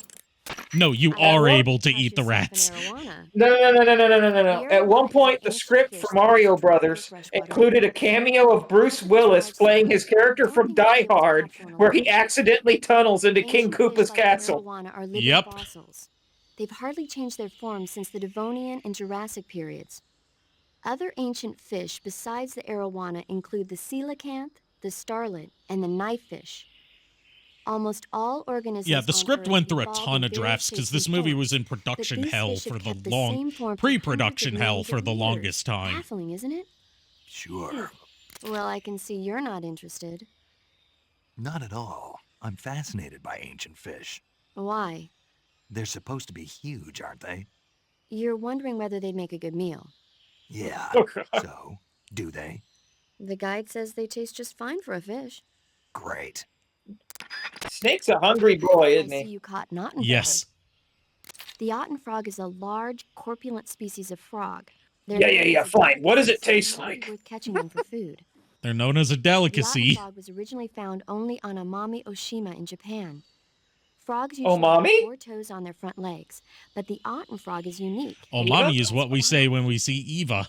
Got it. That's what I By the way, you said they were known as a delicacy, right? Right. So that means they Hi, Billy Mays here! I guess so. I hear that in Japan, Otten frog sashimi and sukiyaki are popular dishes. Really? Yeah. Japan, huh? That place is starting to sound better and better. He wants to go there for the food, not for anything else. Not for the movies. I see you've captured a poison dart frog. Oh, God. Poison dart frog is native to the tropical rainforests of Central and South America. They normally grow between 2 and 5 centimeters in length. Can I eat it? For some No. reason, the ones in that area seem to be much bigger than There that. are ones where she's like, Poison no, dart why would frogs you are known want to carry a eat it? potent neurotoxin called pamiliotoxin. Like the dog. Long ago, people used the poison to coat their arrows for hunting. Watch out, because if you eat one, you'll get food poisoning. I was She just expecting him to like... I was expecting him to answer her back with like, damn. The rats in that I see you area caught are yourself a rat. wild Norway rats that were domesticated by humans as pets and lab animals. They're not poisonous, and I don't think they'll attack you, but they're quick little creatures, so you might have a hard time catching one. So how do they taste? Snake, What? they're rats. I know what they are. Do they taste okay? The guide says they're not that bad. Good enough for me. Ugh.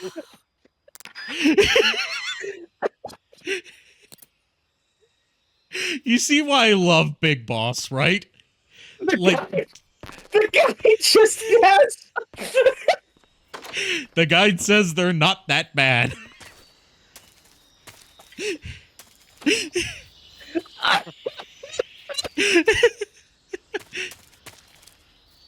The fact that the guy actually has a description enough.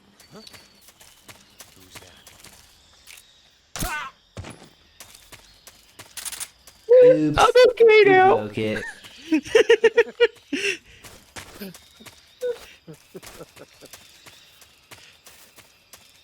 But yeah, wait Oh, until we God. find the glowing mushrooms. Mushrooms? Yes, we find glowing mushrooms in some areas, and if you call paramedic about them, not only does he ask how they taste, he asks if eating a glowing mushroom will make the batteries for his equipment recharge. God. I'm sorry. And if you what? And if you eat the mushroom, it does recharge your battery. Because physics. And then you can call after that and be like, paramedic, you were right. It did recharge my battery. And then you can hear paramedic and Sigint in the background talk about how the fuck does that even work? And thinking that Snake just imagined it. Oh, God. Okay, so we got some TNT. There's no C4 in this game because C4 hasn't been invented yet. Very important question. I think the audience is dying to know as well. What does the TNT taste like? Very spicy. Well, Like the last meal you'll ever eat. Well, don't go So- eat me. I don't taste that good.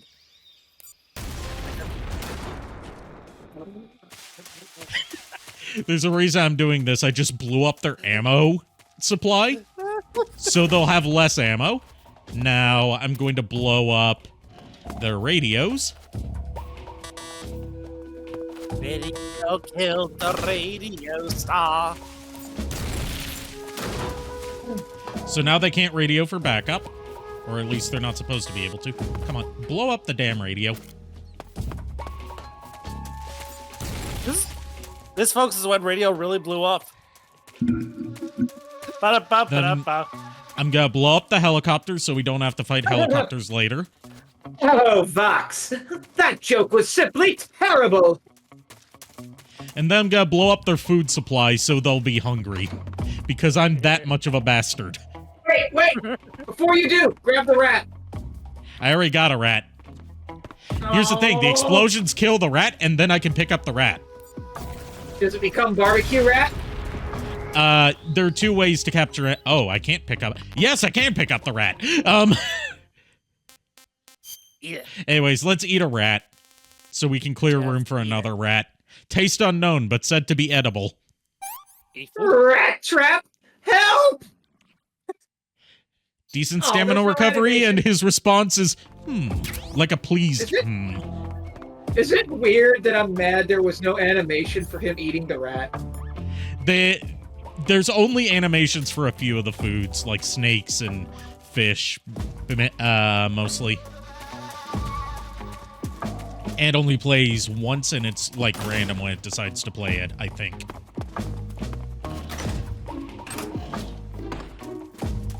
You're telling me that door opened both ways.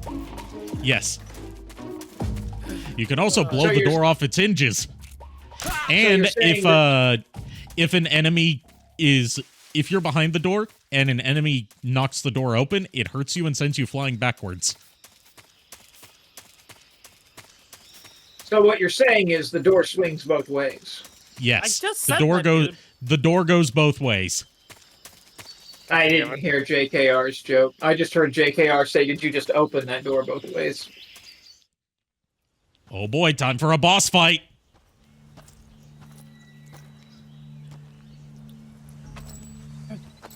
Time for a boss fight against this dork. Ah, you're here at last. What do you taste like? I was right. Crispy rat. Of course, Shadow Dragon crispy rat.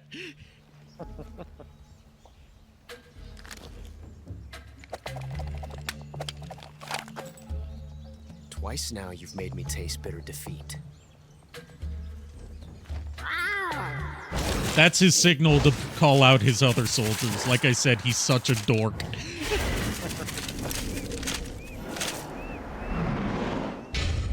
Do not attempt to move or we will be shooting ourselves. But you're mine now. All of you, leave us. What? Then why'd you call them? It's just you and me. That's an LGBT call. Well, he is canonically gay, so... Ocelots are proud creatures. They prefer to hunt alone. Okay, but why did you call them? Accidentally shoots himself while doing that. Yeah, right? Hey, fuck. That's the end of the boss fight.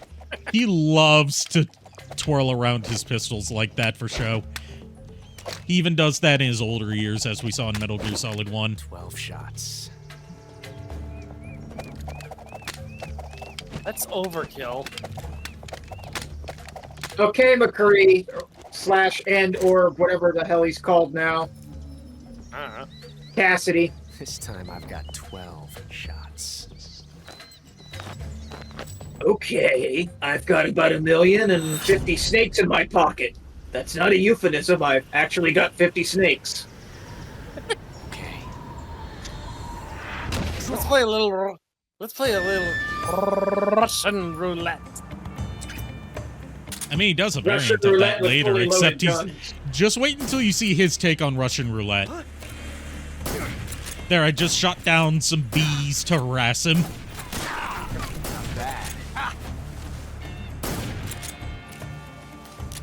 Sorry, not bees, hornets. Not bad, eh?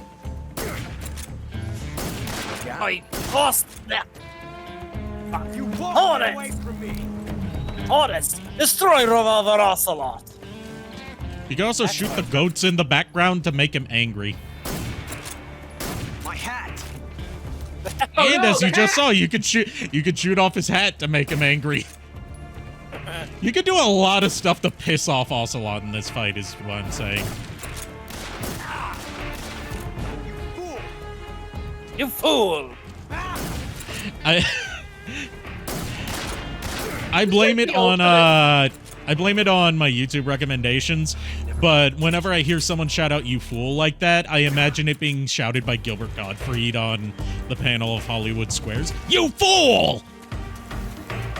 Not for me. You know what I think of when I hear when I hear someone say "you fool"? My mind goes to Excalibur from Soul Eater.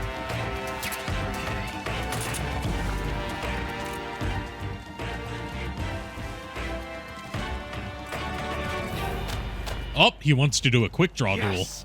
It's the heart of a duel. The heart of the cards. Joke's on you, Ocelot. You may have two 6-shooters, but I have the heart of the cards on my side. From that range, huh? Joke's on you, Ocelot. You may have 2 guns, but I ate a rat. What? Damn!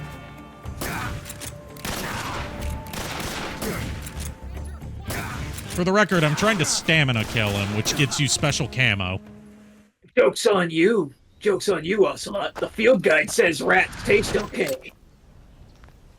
Snake, what the fuck are you talking about? Oh, bees. My god.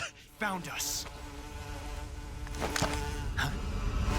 I can't believe what's happening. Oh shit! It's the bad guys from the Resident Evil games, the recent ones. I know what you're talking about. Resident Evil 7. Yeah. Well, Marguerite, I mean, that was her name, Marguerite. Marguerite, but also the vampire girls from Resident Evil 8 turned into bees. Not bees. Well, they didn't moths. turn into bees. They turned into flies.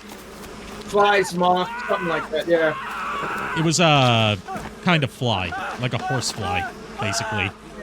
But yeah, Marguerite was all bees.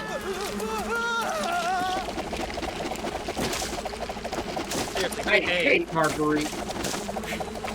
I'm sorry, fucking what? Yeah, he's killing the bees by spinning his pistols at them. We'll meet again. Also, I love that the bees land on the camera. It's definitely something I like to see as someone with a phobia of bees. JKR, I need to cosplay as Ocelot.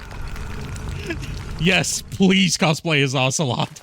Dr. Bees versus... Yes, that's why I keep saying we need a death battle between Dr. Bees and the Pain.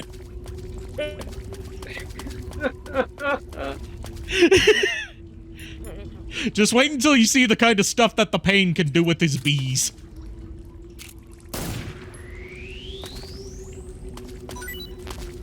What if I told you that he can have his bees form a Tommy gun, and unfortunately he does not refer to it as a BB gun? Well, that's one pun this game failed at then. He can also form what I can only describe as bee armor. So what you're telling me is his armor is B-rate. Yes.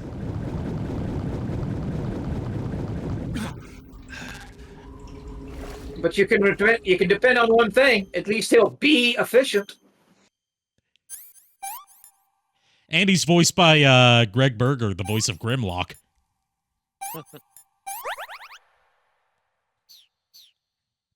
And Fern has no idea who the hell that is. I know who Grimlock is. Okay. Tell me. How dumb do you think I am? Answer carefully. Do you really want me to answer that? Grimlock, leader of Dinobots. Grimlock, good dino. A horrible Grimlock voice. I literally commented on how wasted. I literally commented on how wasted Grimlock was in the live-action movies. Sue me. I was making a joke. Relax. Okay, here's the glowing mushrooms. Tell me I don't know what Grimlock looks like. Okay, I gotta clear out some space for the. I gotta clear out some space for the glowing mushrooms, so I can do this codec call. Yes, let's do it. I see you found some Siberian ink-cap mushrooms. Not those ones. I see you There we found go. some Russian glow caps. The Russian glow cap is a kind of luminescent fungus, a mushroom that glows in the dark. Why would a mushroom glow in the dark? It's bioluminescent, just like a firefly. It uses the so-called luciferase reaction. To put it simply, all right, night, Kier. Have a good one. Have a good night, Kier. Magnesium 2+ ions, Better, Kier. breaking it down into oxyluciferin and carbon dioxide. The carbonyl groups in the oxyluciferin are initially in an Do you electrically really think excited Snake state. understands any of When this? they return to their base state, they give off light. Yeah. Get to the part where I can eat it. Oh, By the way, does that mushroom recharge your batteries when you eat it? huh? I mean, it seems like if you ate a glowing mushroom, it might recharge your batteries or something. Snake, your batteries are organic batteries. They produce electricity by utilizing the potential difference between cells. Organic batteries are known for their highly efficient energy conversion, but they still rely on chemical reactions between proteins and enzymes to... So you're saying they'll get recharged? Believe what you want. Great. He's so excited. I'm gonna eat these fucking mushrooms. Let's go. And now we eat the glowing mushroom. Battery has recovered. How's it feel? God, no. Hey, Fern, how's it feel to have one of your fellow mushrooms eaten? I'm not a mushroom. I'm a rodent. Also, you make your own rodent. Paramedic, What's up? you were Technically, right. I'm a lagomorph. About what? I ate a Russian glow cap and it charged up my batteries. Huh? What's wrong? That's great. Snake, can you excuse me for a second? Sure. Did you just hear that? Yeah. There's no way eating a bioluminescent mushroom would cause your batteries to recharge. What do you think it means? Beats me. Maybe it's all in his mind. You mean like a placebo effect? Oh, God. Why not? You've seen how gullible he is. I guess there's no harm done. Should we let him keep believing it? Sounds good to me. Okay, Snake, I'm back. Yes, the Russian glow cap is a glowing mushroom, so it'll recharge your batteries when you eat it.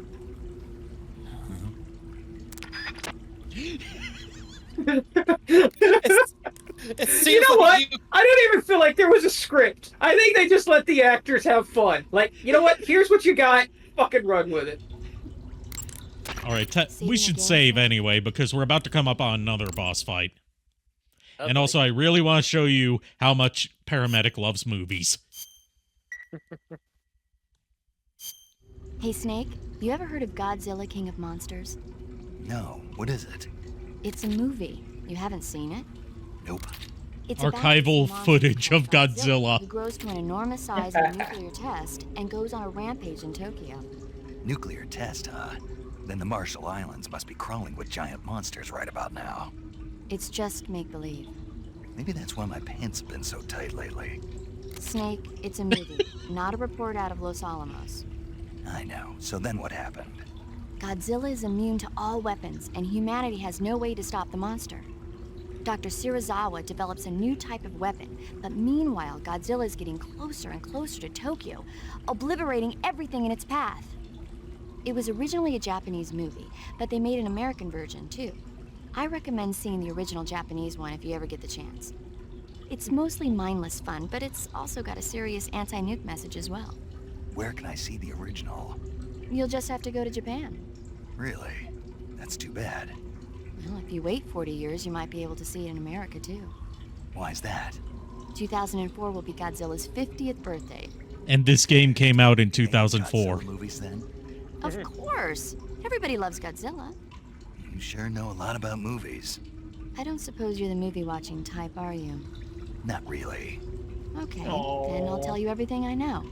When the going gets tough, movies can save your life. It's always good to be able to look at things from a different perspective when you get in a jam. That's the magic of movies. No kidding. Well, I guess it might at least make a nice distraction. That's the spirit, Snake. Have a little fun. Snake. You see what? Snake. Snake, my dude. Snake. Listen, Snake. I'm not gonna tell you how to live your life, but wife that fucking girl right now. Because she loves Godzilla? I mean, that's a good enough reason.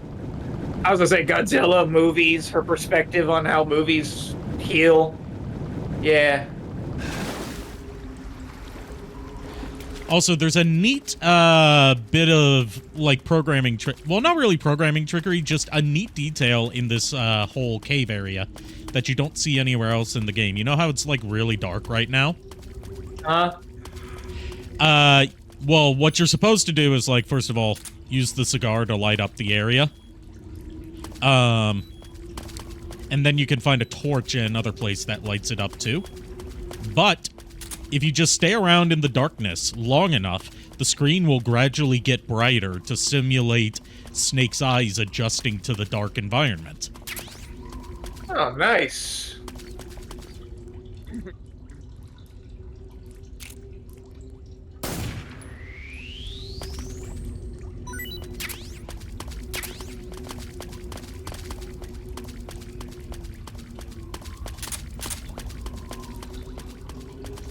Like I said, with Hideo Kojima games, he likes to put in all sorts of neat details like that. Like, stuff that doesn't affect a normal playthrough, but is just cool to find out. There's the torch. Oh yeah, it's under weapons. Bring out the torch. And, by the way, your food can go bad if you don't eat it within a quick enough time. And by that, I mean if you stop the game and don't play it for like a week, all your food will rot. Oh, shit. Jeez. But you can throw the rotten food out to enemy soldiers when they're hungry, and they'll eat the rotten food and make themselves sick. Ah. Speaking of sick, I'm feeling a little under the weather, so I think I'm gonna call it early. All right, feel better. I Yeah, get better, buddy. Yeah, I'll probably be fine in the morning. It's just I've been feeling kind of achy all day, and I don't know why. Just all of a sudden, I'm just feeling like tired, like very tired. Get some rest. Yeah, I'll probably lurk for a little bit before I doze off. Oh. What, more rats? No. Someone did a review of Borderlands, the new movie. Oh, yeah, I heard it. It's got a 0% on Rotten Tomatoes. Yeah. Well, And- what they said. Oh God, and, I'm huge now. The CEO of, like, Gearbox's parent company is pissed that people are not going to see the Borderlands movie. Yep. Meanwhile, Anthony Birch and Ashley Birch are trying to get it taken out of theaters because they hate it so much. Good. But, I've heard that, like, I've heard from Critical's review that it's not even a good adaptation of Borderlands because it has almost fuck all in common with the games. Right. But the review that someone put said it's like we have Guardians of Galaxy at home, the retirement home. Because all of the characters are played by actors way older than they should be. Yeah, like, I know Jamie Lee Curtis is one of them. Yeah, she's Tannis. I'm not too familiar with the Borderlands cast because I've only played a little bit of Borderlands 2. To give you perspective, Tannis is a girl in her, like, I want to say early 30s, late 20s. I also know from Critical's review that, for whatever reason, they decided that... How old is Jamie Lee Curtis now? Yes. She's gotta be at least in her 70s. Anyways, they give you, like, close-up shots of her cleavage. Yep.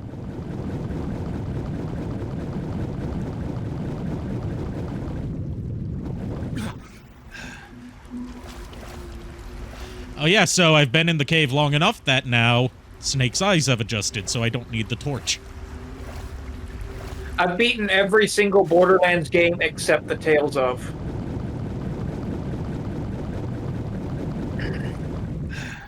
Here's the weird part about Telltale. I like Telltale. I like their games. I like what they do with them. But almost every single time I play a Telltale game, it makes me want to go play something else. It's weird. Like, for example, Tales of Borderlands. Kenyan mangrove crabs are a meme in the Metal Gear community because of an old Flash animation from when this game came out. Nice. It's a thing where, like, it's a video called Crab Battle, which is based on like Big Boss getting into a knife fight with one of these tiny little crabs and losing.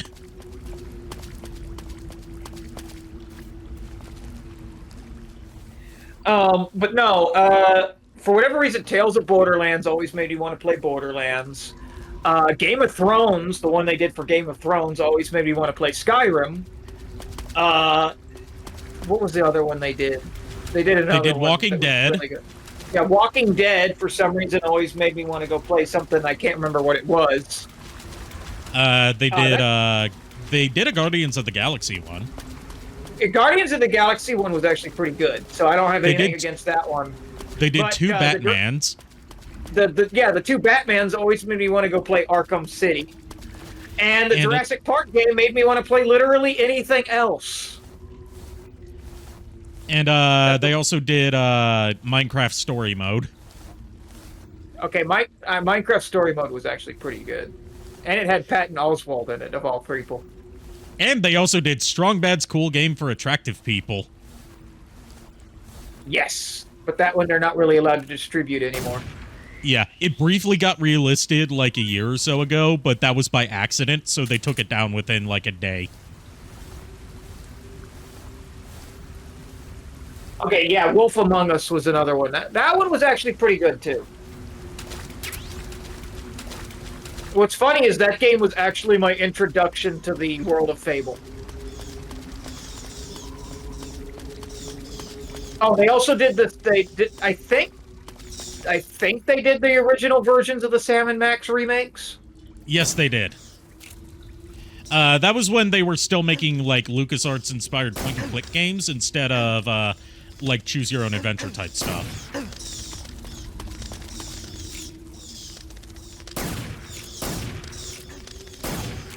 Come on. Let me catch a bat! Because Snake has a funny reaction to bats.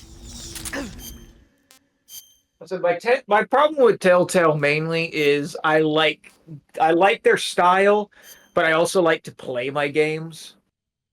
And you get like very little interaction in their games lately. They did actually, like, a team that used to work with Telltale recently came out with a really good Star Trek game called Resurgence, which was another choose-your-own-adventure game in the same respect as the old Telltales. It's pretty good, actually. I enjoyed it.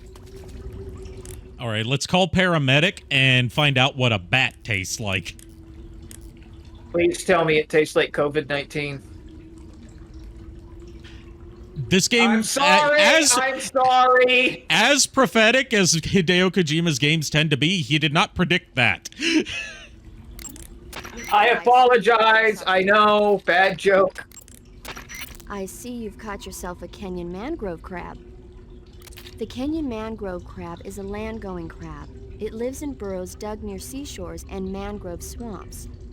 It's not poisonous, but it might hurt a little if it attacks you with its pincers. Treat it with caution. Got it. So this thing must taste pretty good, huh? Why do you say must? It's a crab, isn't it? It is. And crabs are good to eat. What's so good about them? You don't like crab? Not at all. Why not? Why? How can you eat those things? They're all purple and yellow striped, and they stink like cat pee. But that's just my opinion. Don't listen to me. Let's see. Aww. The guide says... No. Oh, God. It says they're delicious.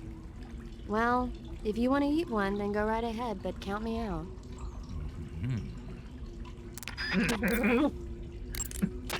I see you've caught a vampire bat. The vampire bat bites its victims and sucks their blood. He caught one of my cousins, probably. Speaking of bats... Oh, no. Save it. Huh? I know you're going to talk about vampire movies, Attack of the Vampire Donuts, or Dracula versus the Space Hippos, or something like that. Actually, oh, no. I was going to say that bats are known to use supersonic waves to sense their surroundings. Oh. Bats use supersonic waves to sense their surroundings, so you might be able to keep them away by blasting them with a special kind of sound wave. Alternatively, you could try equipping a torch and waving it around with the CQC button. As for taste, I suppose there's no reason you couldn't eat them. Snake, do you hate vampire movies? What? Just now, you sounded... Aww. I did? Yeah. Oh. Well, no one really likes them, do they? Another reason that I love Big Boss. He's afraid of vampires. Yeah, they're fascinating. Specifically Dracula. Don't say it. Why not? Just, don't. Are you afraid? What? You're afraid of vampires, aren't you? Don't be ridiculous. But... That was weird. The stream froze for me for a second. Things as vampires. They're just a I'm back, made but... up legend. And if they do seem real sometimes. Oh, God. But yeah, Big Boss is scared of vampires. Something like that. No. Unafraid of the horrors of war, terrified of vampires. I'm not afraid of vampires. Uh-huh. It's just that whenever somebody starts talking about vampires, I end up dreaming about them that night, and I don't need that right now. That's all. Oh, God. Okay. And as we'll find out when we get to Peace Walker, he also believes in Santa. I mean, why wouldn't he believe in Santa? I mean, that's the most logical thing that he's done. Santa's real. Yeah, I know. That's why it's the most logical thing he's done.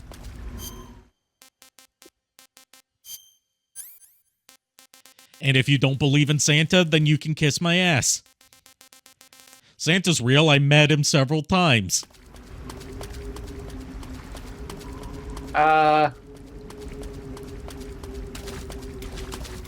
Hello? Yes? Am I back again?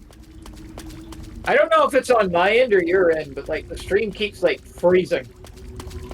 I don't know. Everything seems stable on my end. We're about as stable as my shitty internet connection will allow on my end. Weird.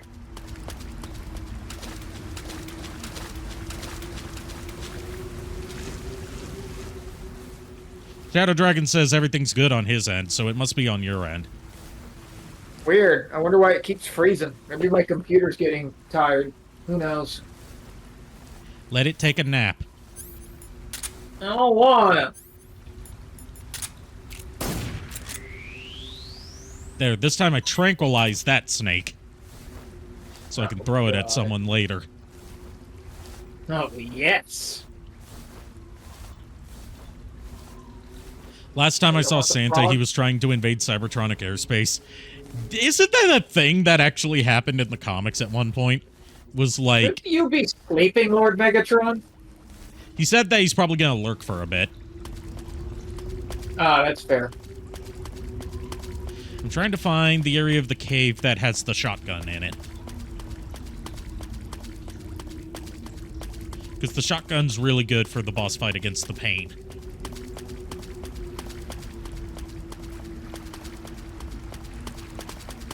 Bees, my god. Yeah, unfortunately we don't get a deadly bee weapon, but if we stamina kill the Pain, then we get a special camo that makes it so bees do not sting us. They instead follow you around. I will be right back. I must use the facilities, and I'm just going to get myself something to drink. Okay.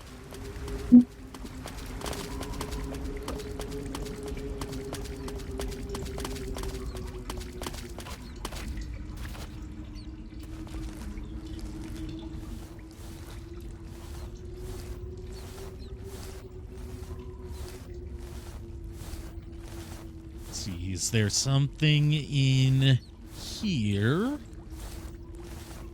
Seems like there would be something in here. Or maybe I've already been in here. I should probably check my map.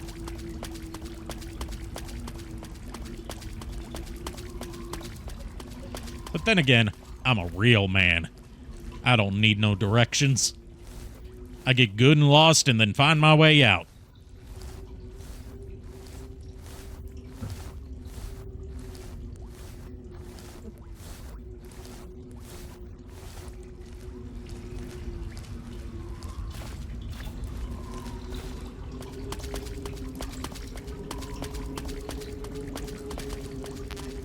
Oh, there's a Karotan. Not going for the Karotans on this playthrough. I've never gone for the Karotans on any playthrough. Hi, Billy Mays here. I don't have the patience to find all of them and shoot all of them. Doesn't even get you that good of a reward. It's mostly bragging rights to say that you've done one of the hardest challenges in the game. Okay, let's eat the cobra, I guess. Okay, so that snake was just okay, but the snake we ate earlier... Well, not the milk snake we ate earlier, because that milk snake was said to taste yucky. It is bad. But, the python we ate earlier was good. Snakes. Why did it have to be snakes? I hate snakes. I've still never seen an Indiana Jones movie.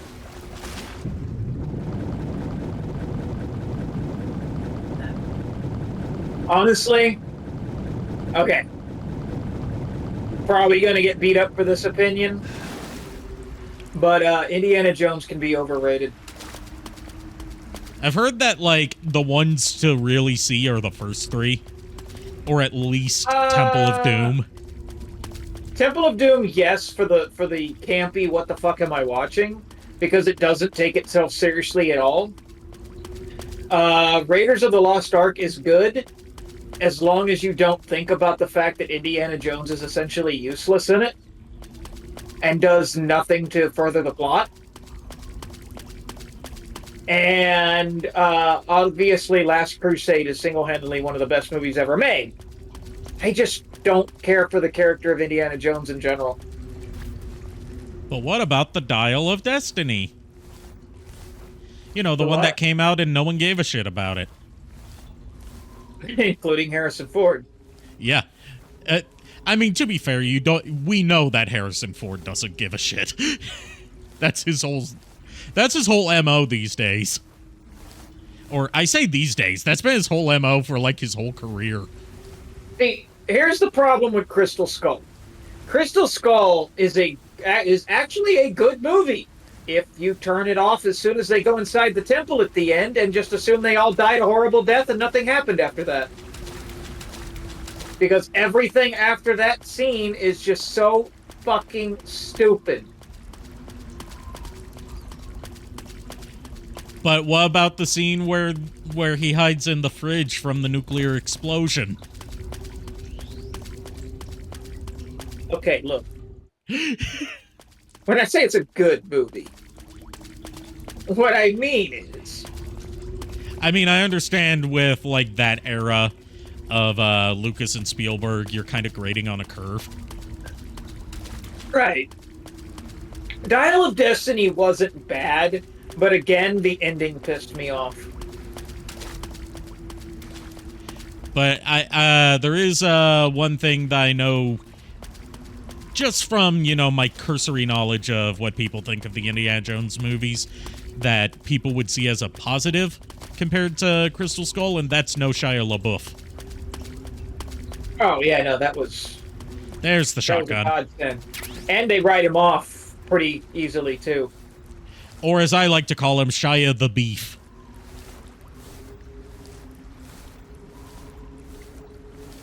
It's a joke for people that understand French because LaBeouf literally translates to beef.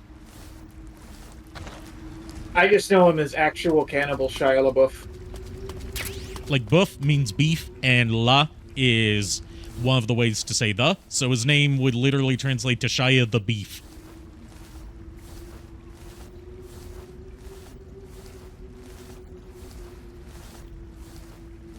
Which, given how scrawny he is, makes it even funnier. Didn't he like beef up though a little bit? Like he worked out and got muscles? For some movies, yes, but not for most. Shia LaBeouf's just a weird person to talk about because he's a very strange person in general. Oh, trust me, I know. Normally, I would have said something along the lines of he was one of the best things to come out of Even Stevens, but at this point, that honor only goes to Christy Carlson Romano. As it should. God, she was gorgeous back in the day. Still kind of is, but anyway, time to meet the pain. So she doesn't really do much nowadays. Yeah.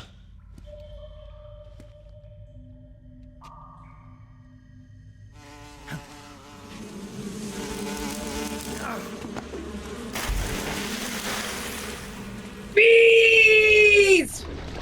Actually, that was a terrible Zem. My first time seeing Shia LaBeouf was in Holes. Because I never watched Even Stevens. Hi, Greg Berger. See, now, Holes was a really, really, really, really good movie. It was so good that I named one of my childhood dogs after the main character. To a world of anguish beyond your imagination. Zero? No, Stanley. Ah, fair enough. So, oh my god. Told you he controls bees. Okay, so while this is happening, one of the most random pieces of trivia you'll ever find out is that about a year or two ago, the guy that played Zero in that movie won a Mortal Kombat tournament while dressed as Powerline from a Goofy movie. Oh, I remember that! And, like, reading that article was like a whirlwind of what the hell am I reading and why is it the most epic thing I've ever read? Like, the headline alone, you didn't even need to read the article. That's how freaking awesome it was. You have bees on you, by the way. Yep, that's why I'm dumping into the water to get the bee pheromones off me. That attract bees. Just be careful. This guy seems dangerous. Do you think he can be left on his own devices? Do you think he should be left to... that he should be trusted to be left alone here? I really don't, but he's a very B-list villain.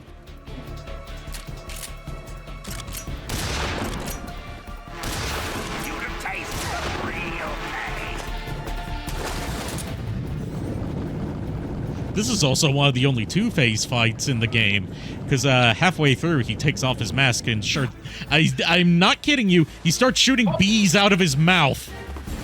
Holy crap! I forgot Shia LaBeouf was in iRobot. That's right, he was. That shows how much little I care about iRobot. Just like Which most is people, sad, the most because that was one of Alan Tudyk's best roles. Yeah, I've read the book that iRobot was supposedly based on. It has nothing to do with the book. According to JKR, you can beat this guy. You just gotta believe. You gotta believe.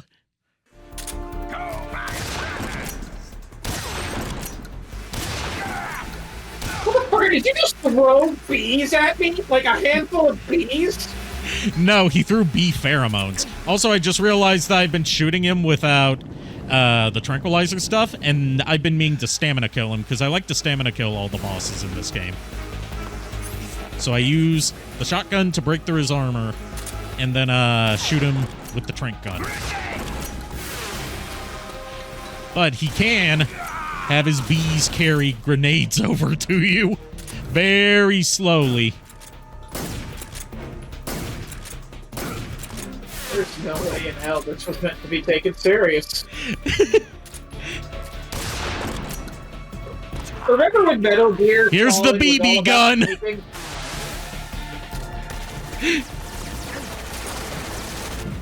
Are you fucking with me? Is this fake? Was this a fake version of this game? No, this is actually how this game is.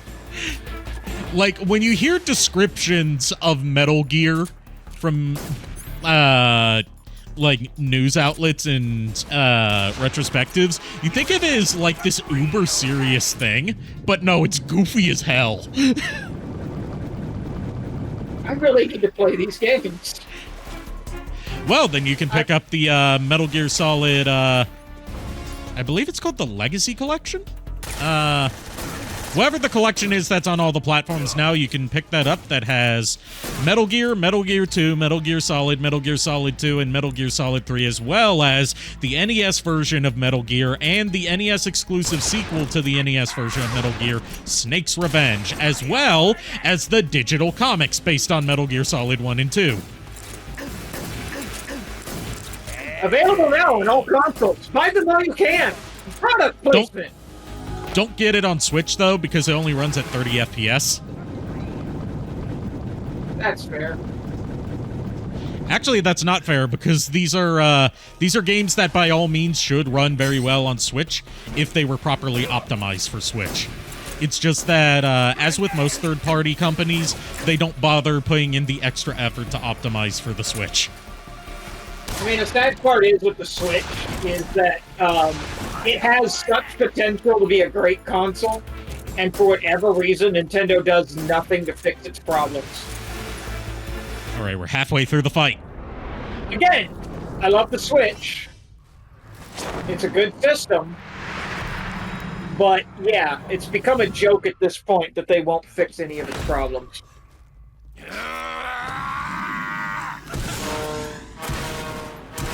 Are you shitting me? I told you he shoots bees out of his mouth. These are not normal bees. These are bullet bees that cause the same kind of damage as a gunshot. He grows them in his stomach.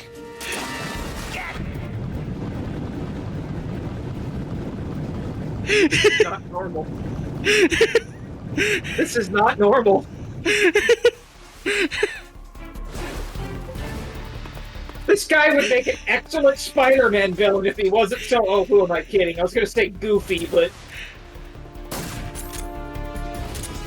Spider-Man's had goofier villains than this. Look at Sauron. The guy fair, who just wants to Spider-Man turn people into dinosaurs. And could cure cancer, but he doesn't want to cure cancer. He just wants to turn people into dinosaurs. But, Spider-Man did actually fight a bee thief. Yeah, a guy made of Nazi bees.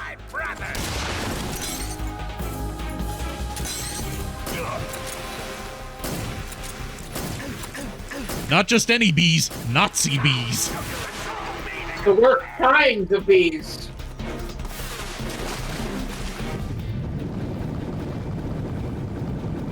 But yeah, now, if you're familiar with Dr. Bees, then you'll see why I want to see a death battle between Dr. Bees and the Pain. Since I am familiar with Dr. Bees. It's an animation by Newgrounds animator Harry Partridge. It's really funny.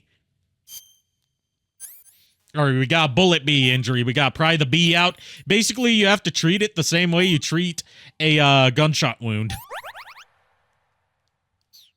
Oh, God. Which includes prying the bee out of you with your knife.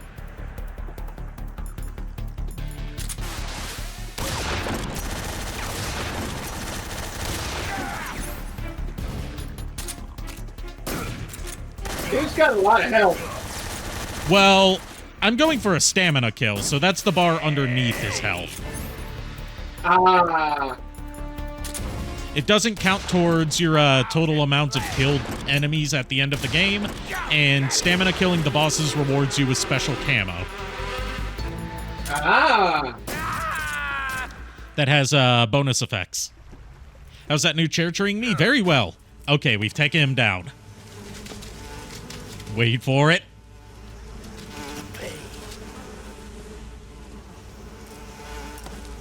The pain. The pain.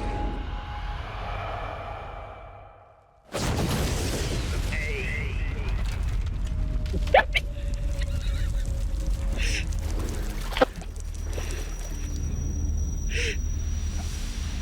God, I want to go out screaming my own name. Like, seriously. And then explode. And then explode. And as I'm exploding, my name echoes everywhere. All of the bosses, all of the Cobra unit bosses, which are, like, the boss and her unit, they explode when they die. Like you do. Like, there's an in-story reason. It's they all have, like, personal, like, microbombs attached to their bodies. So if they're to die in battle, their bodies can't be recovered by enemies.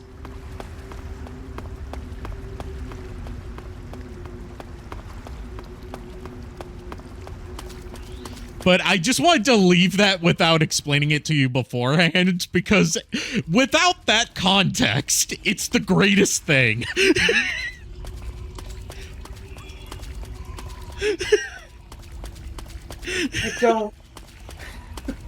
I don't remember my experience with Metal Gear being this goofy. I don't. I feel like I've missed out. I seriously passed over these games because they didn't seem to interest me that much. I regret my life. This is the greatest fucking thing. This is the mental brainwash that was needed for Bubsy. Yes.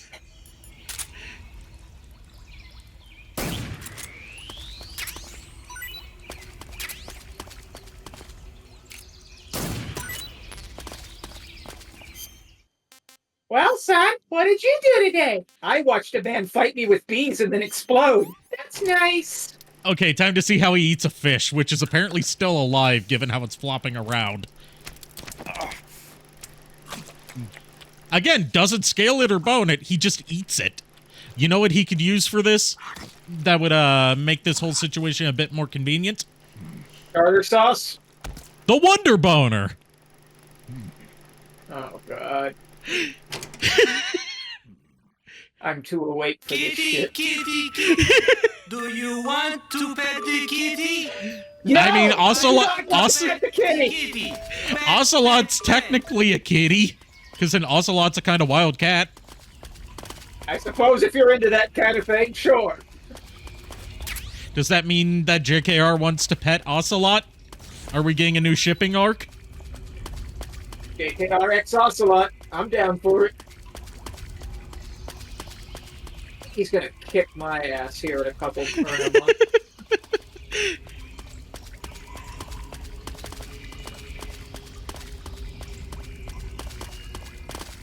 Yeah, stream just froze for me again. I don't know what's going on.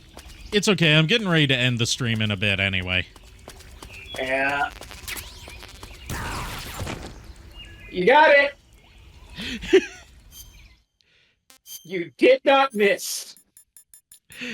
Nope, no I did not. I never miss. Oh, going to show us how he treats a burn. No! Yes.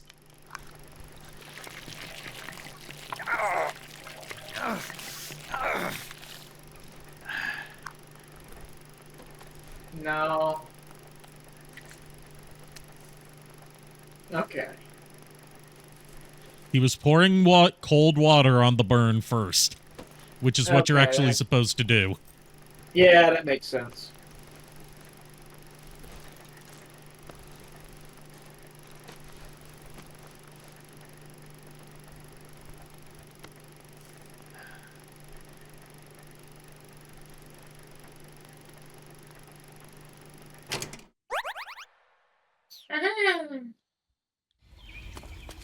All right, so I wondered what that explosion was earlier, and it turns out somehow one of the landmines in here blew up and killed all the bats that were in that cave. God. Like before I got in there and hit another landmine. Anyways, time to eat a bat. Eat a bat. Eat a bat. This is horrible. I mean, what'd you expect? It's a vampire bat. I would have been very disappointed if he said, huh. Tasty. Another glowing mushroom for the road. Yes, shoot the mushrooms. That's a harvesting thing that makes sense. Well, that's what you have to do to get fruit and mushrooms. I don't. Logic. Big Boss would probably be Gordon Ramsay here, I think. Gordon Ramsay wishes he had a stomach of iron like Big Boss has.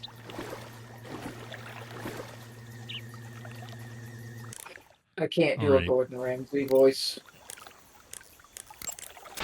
Do you want to save? Let's see what movie Paramedic's going to talk about this time for our send-off. Snake, have you seen 007 From Russia with Love? Yes, yes, I have. Those movies. Real spies are nothing like James Bond. It's pure fantasy. Snake, I don't think the Major's going to like you saying that. And even though it's fiction, I can't help but comparing myself to Bond. What exactly don't you like about James Bond? I mean, is it the fantastic gadgets? The cars? The guns? Major. Snake, wouldn't you like to have a gun shaped like a pen? What good is a pen gonna do me in the jungle? I'd look like a fool. Then what about a snake-shaped gun? You could make it look like you're grappling with a giant snake Oh, and then get a shot into the God. enemy while they're distracted. Ah, Okay, now you're being ridiculous. we'll make you a snake-shaped gun that folds up and fits into an attaché case. Will you give it a rest? Oh, I get it. You're worried about how to handle the ladies, aren't you? No. I knew it. To tell you the truth, I don't like the idea of playing hanky-panky with enemy femme fatales either. But that's part of Bond's appeal. You could learn a thing or two from him. I mean, what about this Eva? What are you planning to do with her? I don't even trust her yet. No, that's not what I mean. You can't let yourself get involved. This is a game of spy versus spy. She's using you just as much as you're using her. I realize that. You've got to grab the initiative. And to do that, you have to get the... I wasn't expecting relationship advice from the Major. I'd like to grab her initiative. I am very lonely. 00 Snake. Major. 007 is the biggest thing to come out of England since the Mayflower. I wouldn't be surprised if they made 20 more of those movies. Didn't you know? The Major is a huge James Bond fan. Don't get him worked up like this. Worked up? Maybe you don't realize this, but now that you've got him started talking about Bond, I'm going to have to listen to him lecture for a whole hour after he gets off the radio. You have my sympathy. You're the one who brought up the movie! I guess I'm just one of those people who can't enjoy spy flicks. This is 100% your fault! I just wanted to save my game! You're the one who decided, hey, let's talk about James Bond. I don't like James Bond. You can't say that. If you say that, then and that happened. And now you're mad at us because you brought it up. You see why I like the whole Kodak crew here, right? They're great. Damn it.